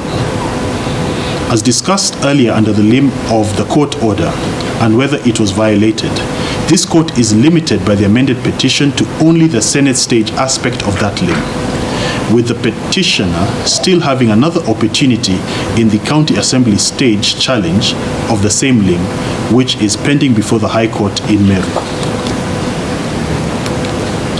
As we continue to fine-tune the practice and process of litigation in the High Court on the subject matter of gubernatorial impeachments, this is certainly a loophole that must be firmly closed by the courts in future impeachments if a similar situation were to arise. This would not only make adjudication of the dispute more wholesome and comprehensive, but it would also ensure that all the petitioner's grievances are laid before a single court, which would be able to take a holistic view of the matter rather than being constrained to a more limited view. Therefore, while the constitutional validity of Section 33, subsection 8 of the County Government Act poses legitimate legal questions, both in favor of and in opposition of its constitutionality, this court declines to determine the same within this judgment, as the same is pending before the Meru High Court in a related matter which was filed earlier in time. Whether the threshold for public participation was met in the impeachment process. The issue of whether the threshold for public participation was met in the impeachment process is central to the petitioner's argument that the impeachment proceedings were unlawful. Public participation is a constitutional requirement under Article 10, Clause 2, Paragraph A, and Article 196(1)B of the Constitution of Kenya 2010, which mandate inclusive and meaningful citizen engagement in government decision-making, including legislative processes such as impeachment. However, public participation in impeachment proceedings primarily occurs at the county assembly level rather than at the Senate level, since the County Assembly is the initiating body that formulates and debates the impeachment motion before transmitting it to the Senate for the final determination. The petitioner contends that the public participation process was inadequate or manipulated, thereby rendering the entire impeachment invalid. However, the respondent and the interested parties who support the respondent maintain that public participation was conducted in compliance with legal requirements, and any challenge to its inadequacy should be directed at the County Assembly rather than the Senate. Once more, this court is treading delicately so as not to stray into the province of a petition that is pending before the High Court in another station, and thus refrains from an in-depth analysis and determination of this issue, despite the parties having canvassed it at great length. This situation, as stated earlier, is a direct consequence of the drafting and filing choices made by the petitioner, which resulted in two live but distinct petitions pending before the High Court sitting at Meru and sitting at Milimani, Nairobi. Given that the petitioner has not sought adverse orders against the County Assembly, the court finds it procedurally improper to determine this issue in the present petition, as it is already being addressed in a separate case before the Meru High Court, in which the matter of public participation is at the core of the petitioner's grievance against the County Assembly. For the purposes of this amended petition, it is the finding of this court that the amended petition has not shown a correlation between its allegations on public participation and justiciable grounds against the respondent and the Senate within the four corners of the amended petition that is before this court. The next issue, whether the threshold for impeachment of the petitioner was met. The question of whether the threshold for impeachment was met revolves around two key legal considerations: whether the charges against the petitioner constituted valid grounds for removal under the Constitution, and whether the High Court should conduct a merit review or a process review of the impeachment decision. The petitioner and the interested parties who are in support of the amended petition contend that the allegations against her did not amount to gross misconduct, abuse of office, or gross violation of the Constitution, as required under Article 181, Clause 1 of the Constitution. On the other hand, the respondent and the interested parties who oppose the amended petition argue that the charges presented before the Senate were serious and substantiated, thus meeting the legal standard for impeachment. The Constitution of Kenya 2010 under Article 181 Clause 1 states that a governor may be removed from office for 1. Gross violation of the Constitution or any other law. 2. There being serious reasons to believe the governor has committed a crime under national or international law. 3. Abuse of office or gross misconduct. or 4, physical or mental incapacity to perform the functions of the office. These requirements are mirrored in Section 33 of the County Governments Act, which outlines the procedure for impeachment, requiring an initial resolution by the County Assembly followed by a Senate hearing and vote. The Senate is tasked with evaluating the sufficiency of the charges and determining whether the evidence meets the constitutional threshold. Courts have consistently ruled that impeachment is not a purely political process, but one that requires objective and verifiable evidence of wrongdoing. Several landmark cases have clarified the legal threshold for impeachment, reinforcing the principle that impeachment must be based on substantive proof of serious wrongdoing. In Martin Nyaga Wambora versus Speaker of the Senate and others 2014, the Court of Appeal held that impeachment must be based on evidence of gross violations of the law, not on minor procedural errors or political differences. The decision emphasized that governance mistakes or administrative inefficiencies do not automatically amount to gross misconduct warranting removal from office. Similarly, in Governor Ferdinand Waititu versus County Assembly of Kiambu and the Senate 2020, the High Court ruled that impeachment should not be misused as a tool for political maneuvering, but must be based on serious and substantiated allegations. In another seminal case, Mike Sonko versus County Assembly of Nairobi and Senate 2021, the Supreme Court clarified that the threshold for impeachment requires proof of gross misconduct and significant breaches of the law.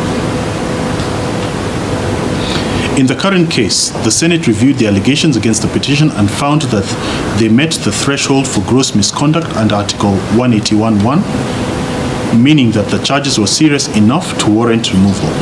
Applying this principle, if the Senate found the allegations against the petitioner to be serious, backed by evidence, and meeting the constitutional standard, the impeachment should stand.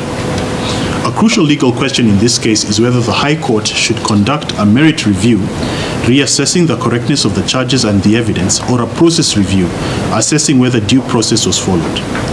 Courts have consistently ruled that judicial review of impeachment should focus on ensuring procedural compliance rather than assessing the merits of the charges.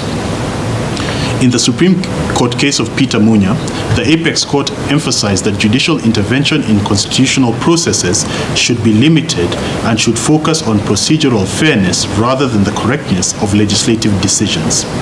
Similarly, in Wambora versus Speaker of the Senate and others, Supra, the Court of Appeal held that the High Court's role in impeachment cases is to ensure that the process followed the legal and constitutional requirements rather than substituting its own judgment on the allegations.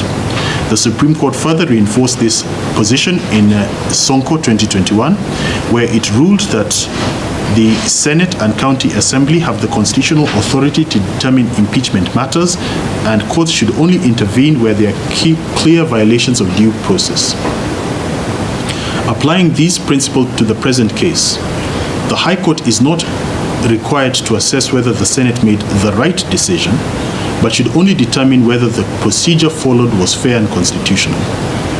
A proper reading of these decisions in light of the Constitution requires that this court can only engage in a merit review of the decision of the Senate if the decision of the Senate on the applicable law and/or evidence was so profoundly incorrect that no reasonable quasi-judicial body properly applying its mind to the law and the facts would have arrived at that conclusion, notwithstanding the procedural compliance of the process.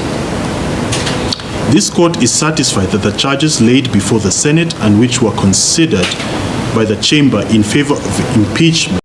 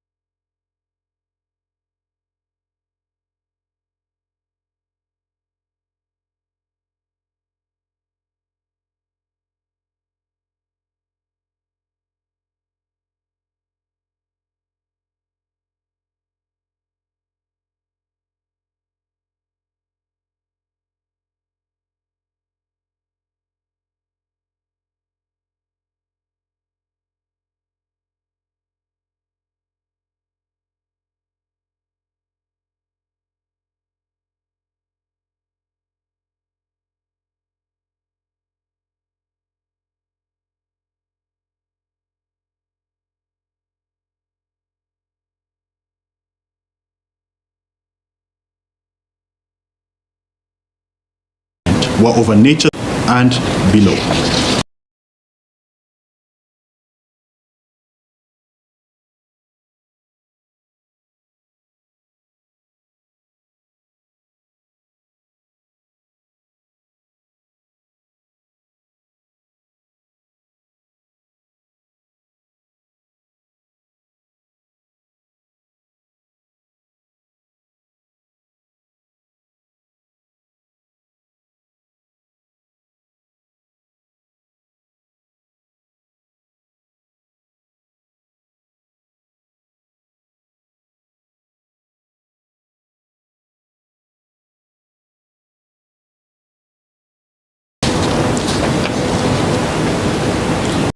It is clear that the issue of fair hearing has 5 distinct sub-issues, being A, whether the petitioner was afforded sufficient opportunity to present her case, B, whether the senators were given adequate time and opportunity to consider the matter, C, what is the probative value of the statements both during and after the fact by a section of the senators,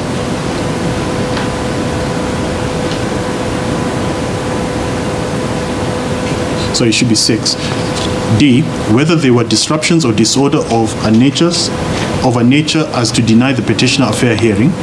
E, whether in the Senate proceedings the petitioner was subjected to discriminatory or unfair treatment. And F, whether there is evidence that there was a preconceived outcome and thus the hearing before the Senate was a sham.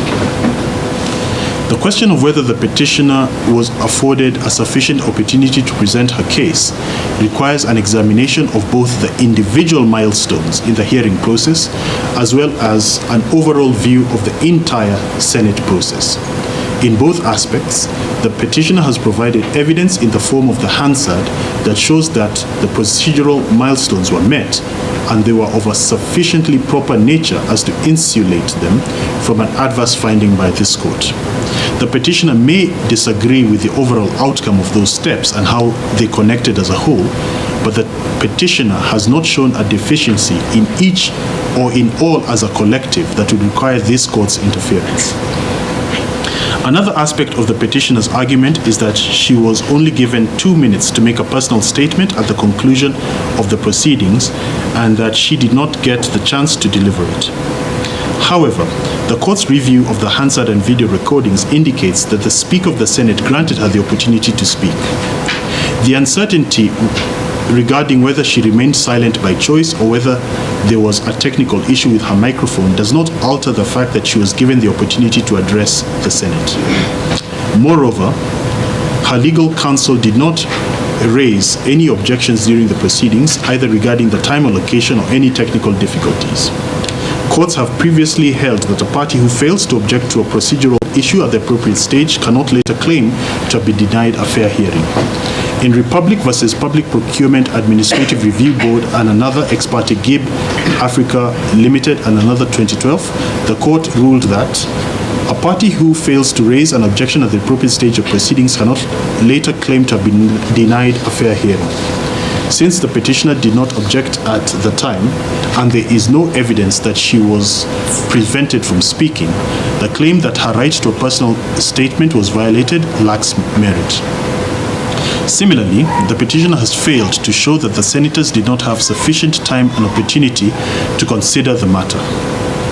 The respondents and the interested parties who oppose the amended petition are correct in stating that it is not for this court to impose its own view on how much time should have been allocated or how the matters should have been laid before the senators, but rather to see if they meet the basic requirements of a fair hearing. I note that the impugned resolution process commenced substantively with the Senate's decision not to have a special committee hear the matter and prepare a report which would be voted on by the House, excuse me, but rather have the entire Senate sit as a committee of the whole House and vote as the special constitutional procedures applicable require. This, to my mind, meant that each senator who participated had sufficient time and opportunity to consider the matter. One of the petitioner's key complaints is that senators were only allocated 3 minutes each to debate the impeachment motion, which he argues was an insufficient amount of time. The petition has presented signing-in forms suggesting that some of the senators may have objected to the short debate time, as well as statements made thereafter about an alleged admission of insufficient time and opportunity by some of the senators. However, for such an argument to hold legal weight, the petitioner should have ensured that the senators who felt constrained by the debate time had sworn affidavits confirming that they were unable to effectively express their views and consider the matter and file them in these proceedings. Courts have consistently held that procedural fairness should be analyzed holistically rather than focusing on isolated aspects of a process. In JSC versus Mbalu Mutava and another 2015, the Court of Appeal emphasized this point. Applying this principle, this court finds that the limited debate time did not compromise the fairness of the proceedings, as the impeachment process did not involve a committee report requiring lengthy deliberations. Additionally, senators had access to the impeachment report beforehand and were given an opportunity to ask questions and deliberate before the proceedings. Therefore, the claim that the short debate time rendered the hearing unfair is not substantiated. The petitioner also argues that the impeachment proceedings were chaotic and disruptive, thereby affecting the fairness of the process. However, an examination of the petitioner's own video evidence, as well as the official Hansard, does not support the claim that the chaos was of such a nature that it negatively impacted the fairness of the hearing. Courts have previously ruled that not every procedural irregularity renders a process unfair. Only those that materially affect the fairness of the proceedings are considered grounds for judicial intervention. In Dry Associates Limited versus Capital Markets Authority and another 2012, the court held that not every procedural irregularity is fatal. Only those that cause substantial prejudice to a party's rights will justify the setting aside of a decision. In this case, the court has determined that while the proceedings may have been politically charged, there was no significant disruption that prevented the petitioner from presenting her case effectively. Therefore, the argument that procedural chaos rendered the hearing unfair is not supported by sufficient evidence. On the penultimate sub-issue, the question of gender discrimination and denial of equal treatment under the law, there can be no denying that, zooming out from the present case, we remain a nation that regrettably has not made the strides towards gender equality and promotion of the participation of women in governance that a nation of our democratic credentials should have made. There can be no denying the fact that despite all our other successes in constitutional implementation and deepening our democracy, the area of fostering inclusivity and diversity in political representation remains one in which we need to do much better as a country. It is difficult for women to successfully demonstrate gender bias and denial of equal protection of the law in the governance arena, because more often than not, these biases and discriminatory treatments are not brought out starkly by those who perpetrate them, but rather they are subtle yet significant actions, decisions, and omissions that create an unequal playing field for women. That being said, the petitioner and the second interested party have not particularized this complaint with specific reference to the Senate's proceedings or shown an aspect or element of the proceedings before the Senate that show gender bias against the petitioner. Perhaps this is because, while we have a wider problem with gender bias, the Senate conducted its proceedings strictly without any form of gender bias against the petitioner. Had the contrary been demonstrated to the required standard, then on this sub-issue of 7 main issues, this court would have had no hesitation in quashing the Senate's resolution. The final claims raised by the petitioner relate to the dating of the Gazette notice and the clerk of the Senate's letter, as well as the speed with which the Senate conducted the impeachment vote. The Senate contends that the Gazette notice and the clerk's letter were both dated 20th August 2024, despite the vote taking place on 21st August 2024. which she argues is a proof of a predetermined decision. Under Section 107 of the Evidence Act, the burden of proof is on the petitioner to establish that these documents indicate a premeditated decision rather than being the result of a typographical or clerical error or even a good faith mistake. The petitioner failed to provide evidence to refute the simpler explanation that the date discrepancy was a minor administrative oversight rather than the much more serious claim of a proof of a rigged or predetermined process. Similarly, the claim that the Senate rushed to conclude the impeachment or sat on non-gazetted days has not met the required threshold, as there is no requirement that the impeachment proceedings must last a specific duration. Courts have previously held that the expedited process is not inherently unconstitutional unless it is demonstrated that it deprived a party of an opportunity to be heard. In Republic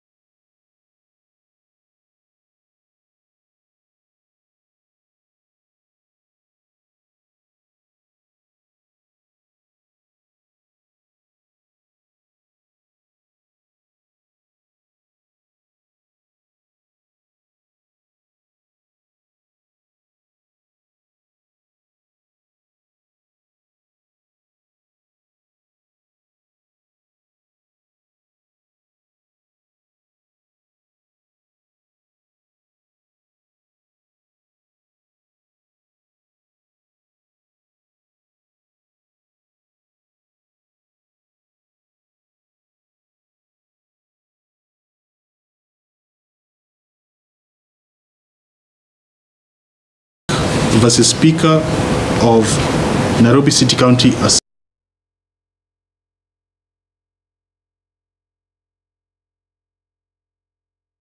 The court has assessed the totality of the impeachment process and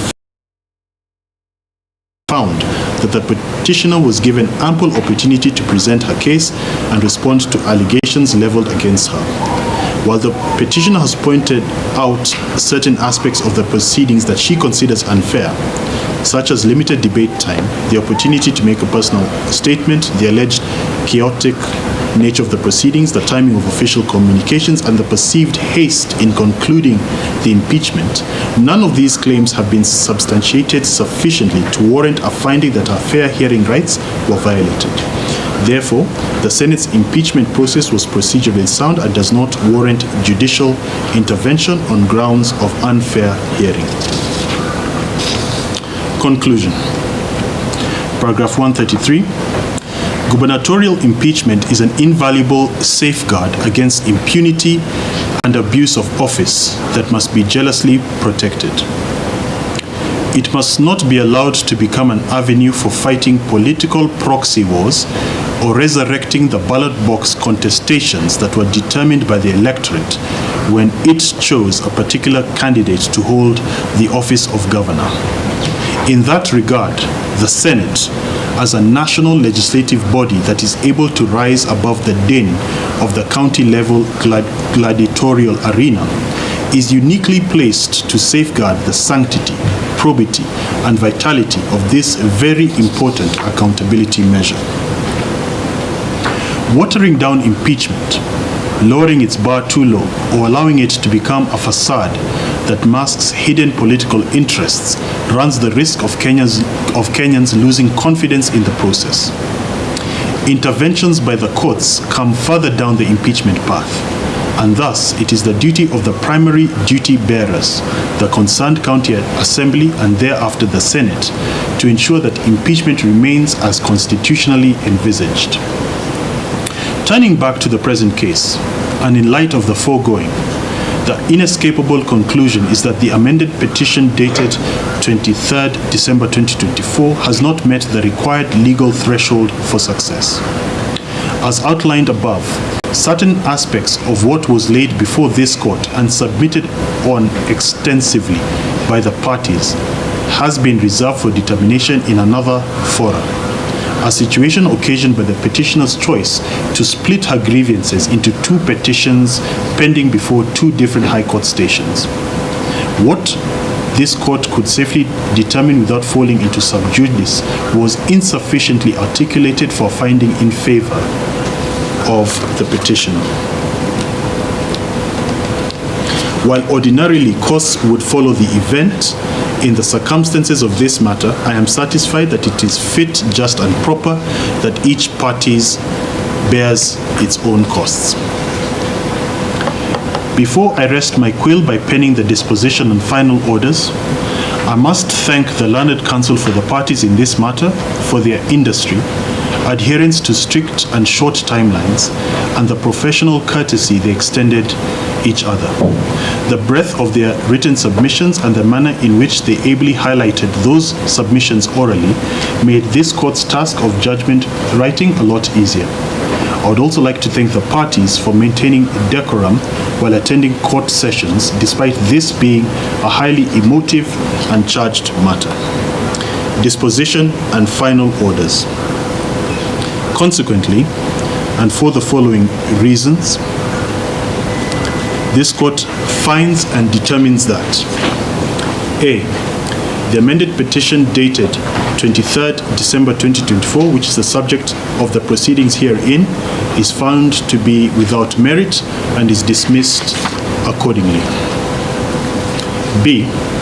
The Gazette Notice number 10351, volume CXXV1, number 130, dated 20th August, published on 21st August 2024, and issued by the Respondent, communicating the decision and/or resolution of the Senate to remove the petitioner from office as the Governor of Meru County by way of impeachment, is affirmed for the purposes of these proceedings. C. Consequent to A and B above, the subsequent constitutional and statutory actions are free to take place as per the applicable timelines. And D. Each party shall bear their own costs. Dated, signed, and delivered in open court on this 14th day of March, 2025.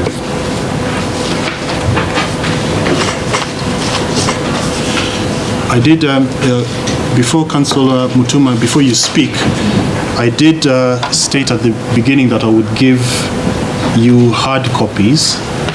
As I was reading through, I saw 1 or 2 spelling mistakes, little double words. I will work on those. It will be uploaded into CTS. You'll have it today.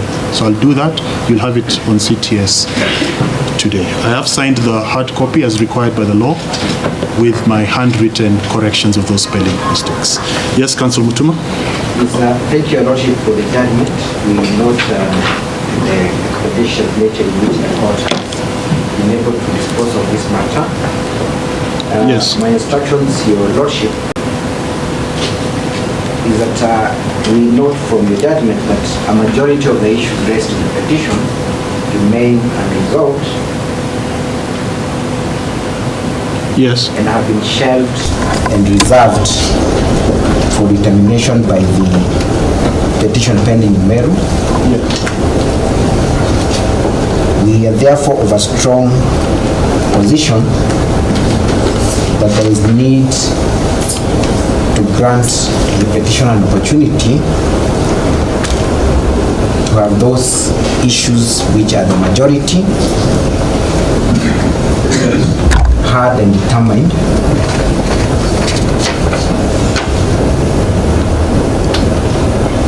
Yes. And since the court has had the opportunity to hear the issues being canvassed by all parties extensively, Yes. it will then appreciate the need for the issues, for the very weighty issues, to be determined. Yes.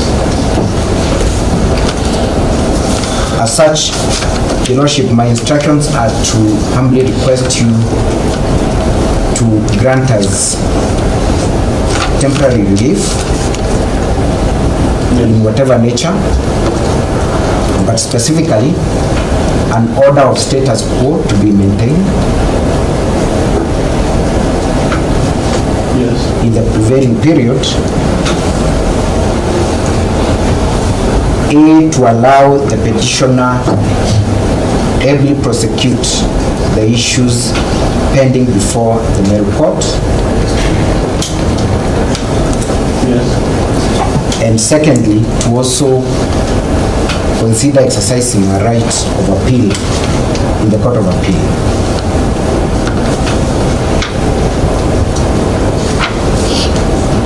Yes. This order of status quo, Your Lordship, can be structured in such a manner that it will be time bound with the effect of automatically lapsing should the petitioner not have gotten a relief either from the Meru Court or from the Court of Appeal. We submit, Your Lordship, that there will be absolutely no prejudice on any of the parties. Yes. If orders of status quo are maintained. In any case, it is the situation that has been prevailing since August 2024. Having that situation maintained for the next few weeks or months will not in any way prejudice the petitioners. This one, please repeat the period. The period, my submission to Your Lordship is that in any case, the status quo has been prevailing since August 2024. Yes. There will be no prejudice if that same situation is maintained in the next few weeks, or rather for the next few weeks or months, just to ensure that the very weighty issues that the court has appreciated will have an opportunity to be determined on merit. The contrary is true, Your Lordship, that should an order of status quo not be issued, then effectively, whatever is pending in Meru, whatever is pending in the Court of Appeal, like the court has ably noted, is all rendered an academic exercise.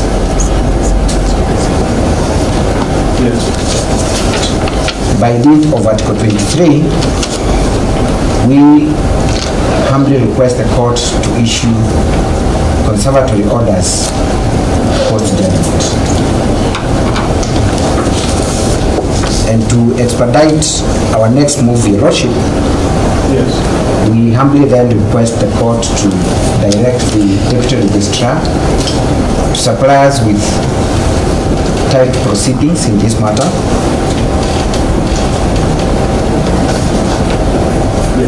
And a copy of a certified judgment. That is all, Your Lordship.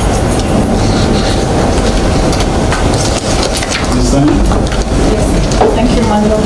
My Lord, we oppose the application for the first reason that this court has identified.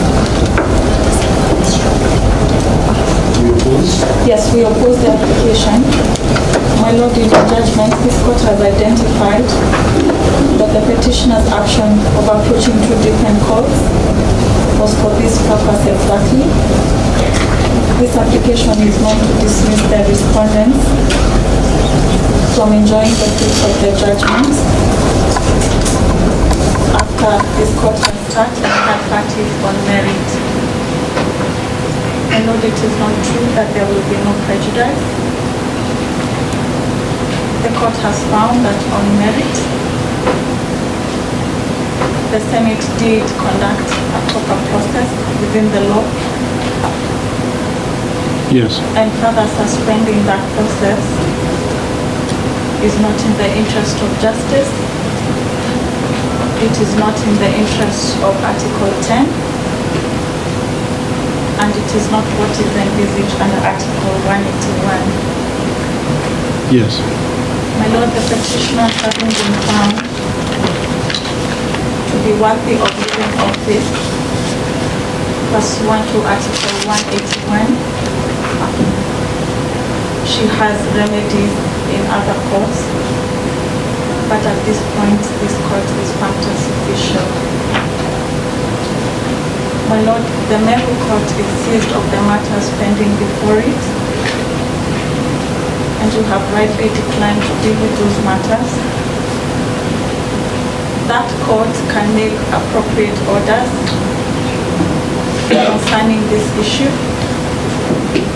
That court can quash any process. They have the power to do that based on the material before them, which is not before you this afternoon. My Lord, in the Wajir impeachment case, the court quashed the impeachment and the process proceeded after that. But for this court to be asked to take action based on the matters before the court in Meru is not proper, and it is negating the judgment delivered this morning, and further suspending a proper decision of the Senate. My Lord, we oppose. Thank you.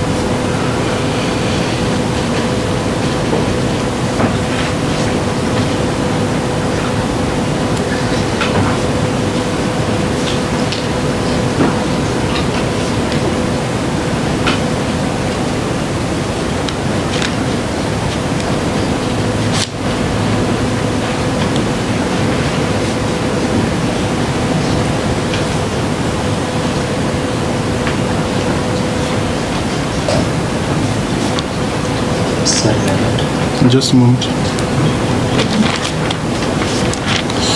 So we have quite a number of interested parties. So I will call on one from each side. First interested party, Councillor. Thank you, my Lord. Yes. Thank you for the industry that the court has shown in determining this dispute within the timelines that it has so down. My Lord, we wish to submit to associate ourselves with the application by the petition. With regards to the request for a status quo order, this will enable the parties to ventilate the issues that the court has so referred to the petition that filed in. Yes. These interim orders will be able to avoid the disruption of the governance. We also wish to request for time to be the proceedings as well as certified copies of the time. That is all I will say.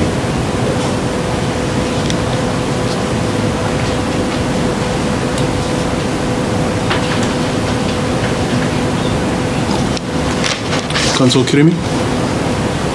Thank you, my Lord. On behalf of the interested parties who opposed the petition, my Lord, first and foremost to thank you for the good judgment that you've delivered. And my Lord, on behalf of all my colleagues who appeared before you, and as the senior most counsel perhaps who appeared before you, we are sincerely grateful for the opportunity to canvass the issues we did before you. My Lord, so that I won't come again before you. Yes. We are also sincerely grateful to yourself for the professional courtesy that you extended to us. Yes. My Lord, in a specific way, we are very grateful that you found in your heart to forgive us when we did not appear to be proper before you. Yes. And we thank you specifically for pushing yourself and ourselves to meet the strict timelines that you set to canvass this petition before you.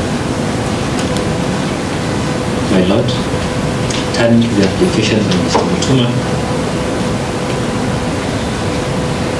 we do oppose the same. Yes. First, you are now thanked as official. Secondly, my lord, the weighty issues Mr. Mutuma is raising from the bar cannot be raised in an oral application. We kindly suggest that the petitioner finds it proper to file a formal application before you for urgent consideration and for a formal opportunity to all parties opposed here to file a response. Thirdly, Your Lordship, by making any decision that will amount to a stay of the negative orders you've just granted, with all due respect, Your Lordship, you will be sitting on an appeal of your own decision. My Lord, this court will be making its orders appear inferior to orders of other courts. We urge Your Lordship not to be persuaded at all to grant any orders of status quo. Lord, fourthly, yes, there is grave injustice and prejudice that is going to be suffered by the people of Meru and the voters of whom I represent by an order of status quo or stay or an umpteenth time applied for confirmatory order. My Lord, that will be in breach of Article 10 and Article 1 of our Constitution. My Lord, fifthly, we are alive that the petitioner has a right to appeal against the decision. The superior courts may grant orders of stay if they are properly seized of that legal mandate. But Your Lord, as far as you're concerned, you've done your work. We kindly ask you not to allow a stay of that decision even for a second. We've never been waiting for this judgment. The court has rendered itself. It's upon all of us as parties to take up our other rights, and the constitutional frameworks and set standards should now take effect. We are most obliged. thank you. So give me about 5 minutes to write. Yes.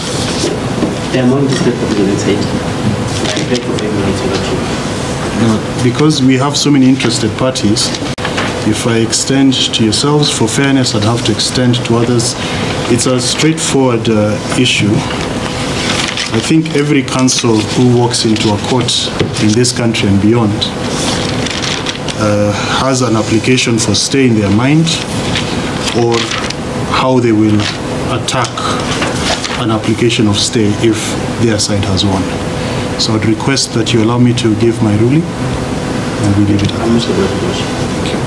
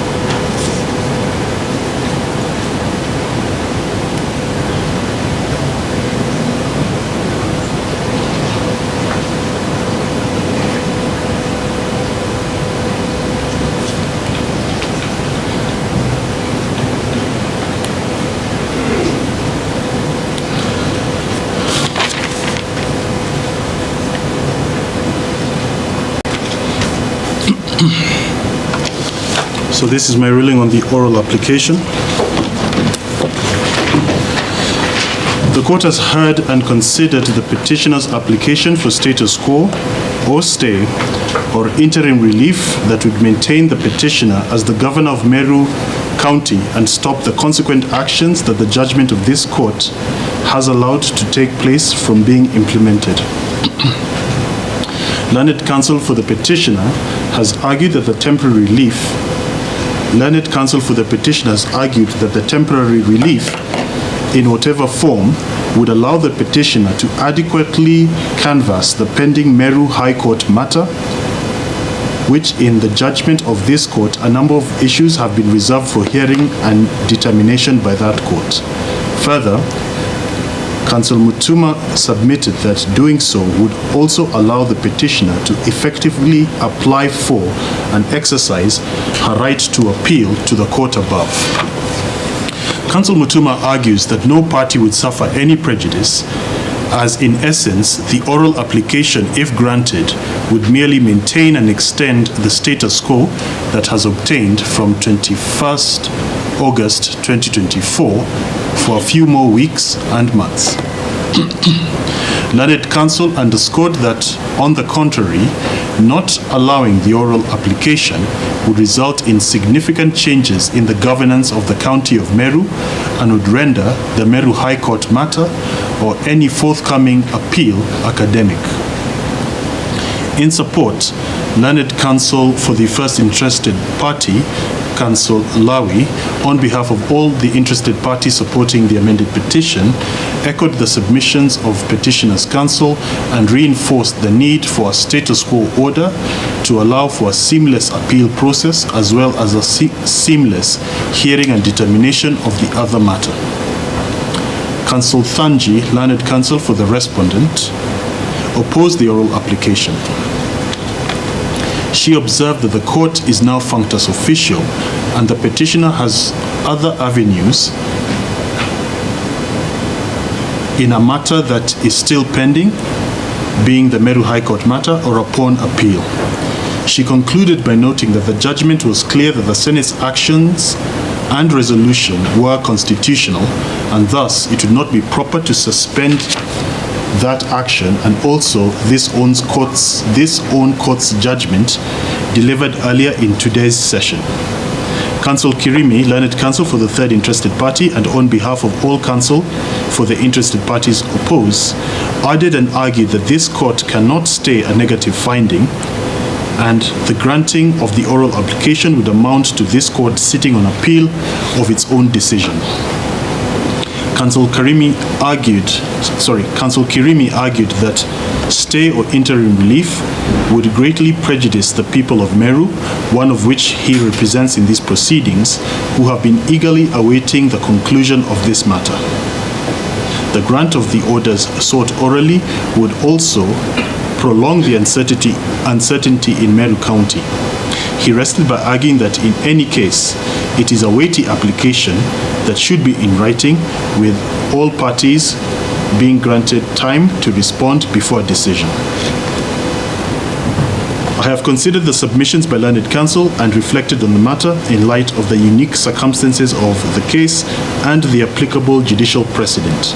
And I find that this court is not the appropriate forum for consideration of the grant of stay or the grounds adduced by learned counsel for the petition. Counsel explicitly referenced other fora that are, to my mind, better placed to consider and apply the injunctive relief sought on the basis of cases filed and pending before them or to be filed before them. I'm also satisfied that the Constitution and statute law provide for subsequent processes that would address any governance challenges that would arise from the operationalization of this judgment delivered a few moments ago.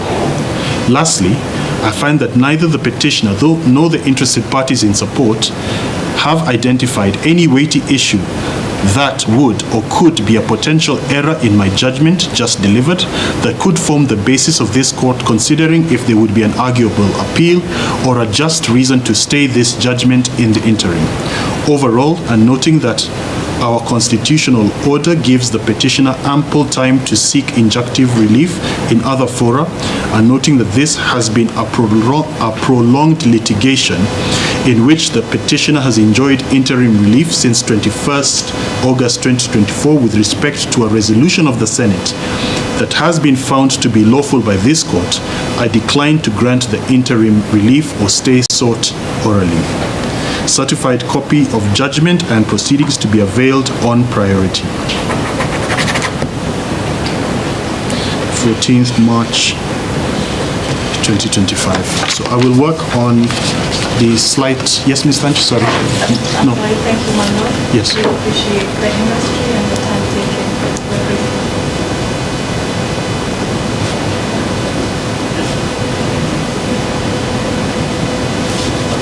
Council Mutuma? Yes, sir. Thank you, Your Lordship, again for the industry. For your time of ruling. We are Baite. Thank you, Council. I will, the only minor errors, sometimes when you read in your mind, you don't catch these errors. You can only catch them when you read out loud. They're very minor, so you'll have this very shortly. Also, there will be a press release that will be communicated. I don't know why my court assistant has looked at me. My court assistant will get the press release and it will be communicated through the appropriate judicial channels to the media. Before I rise, I'd like to sincerely thank Council on all sides for the manner in which you have argued your respective positions. I have been greatly impressed by the depth of your submissions. And even as a judge, I can safely say that I have learned things from reading your submissions and the manner in which you argued your respective cases. I look forward to seeing you all in future matters. Thank you. Have a good day.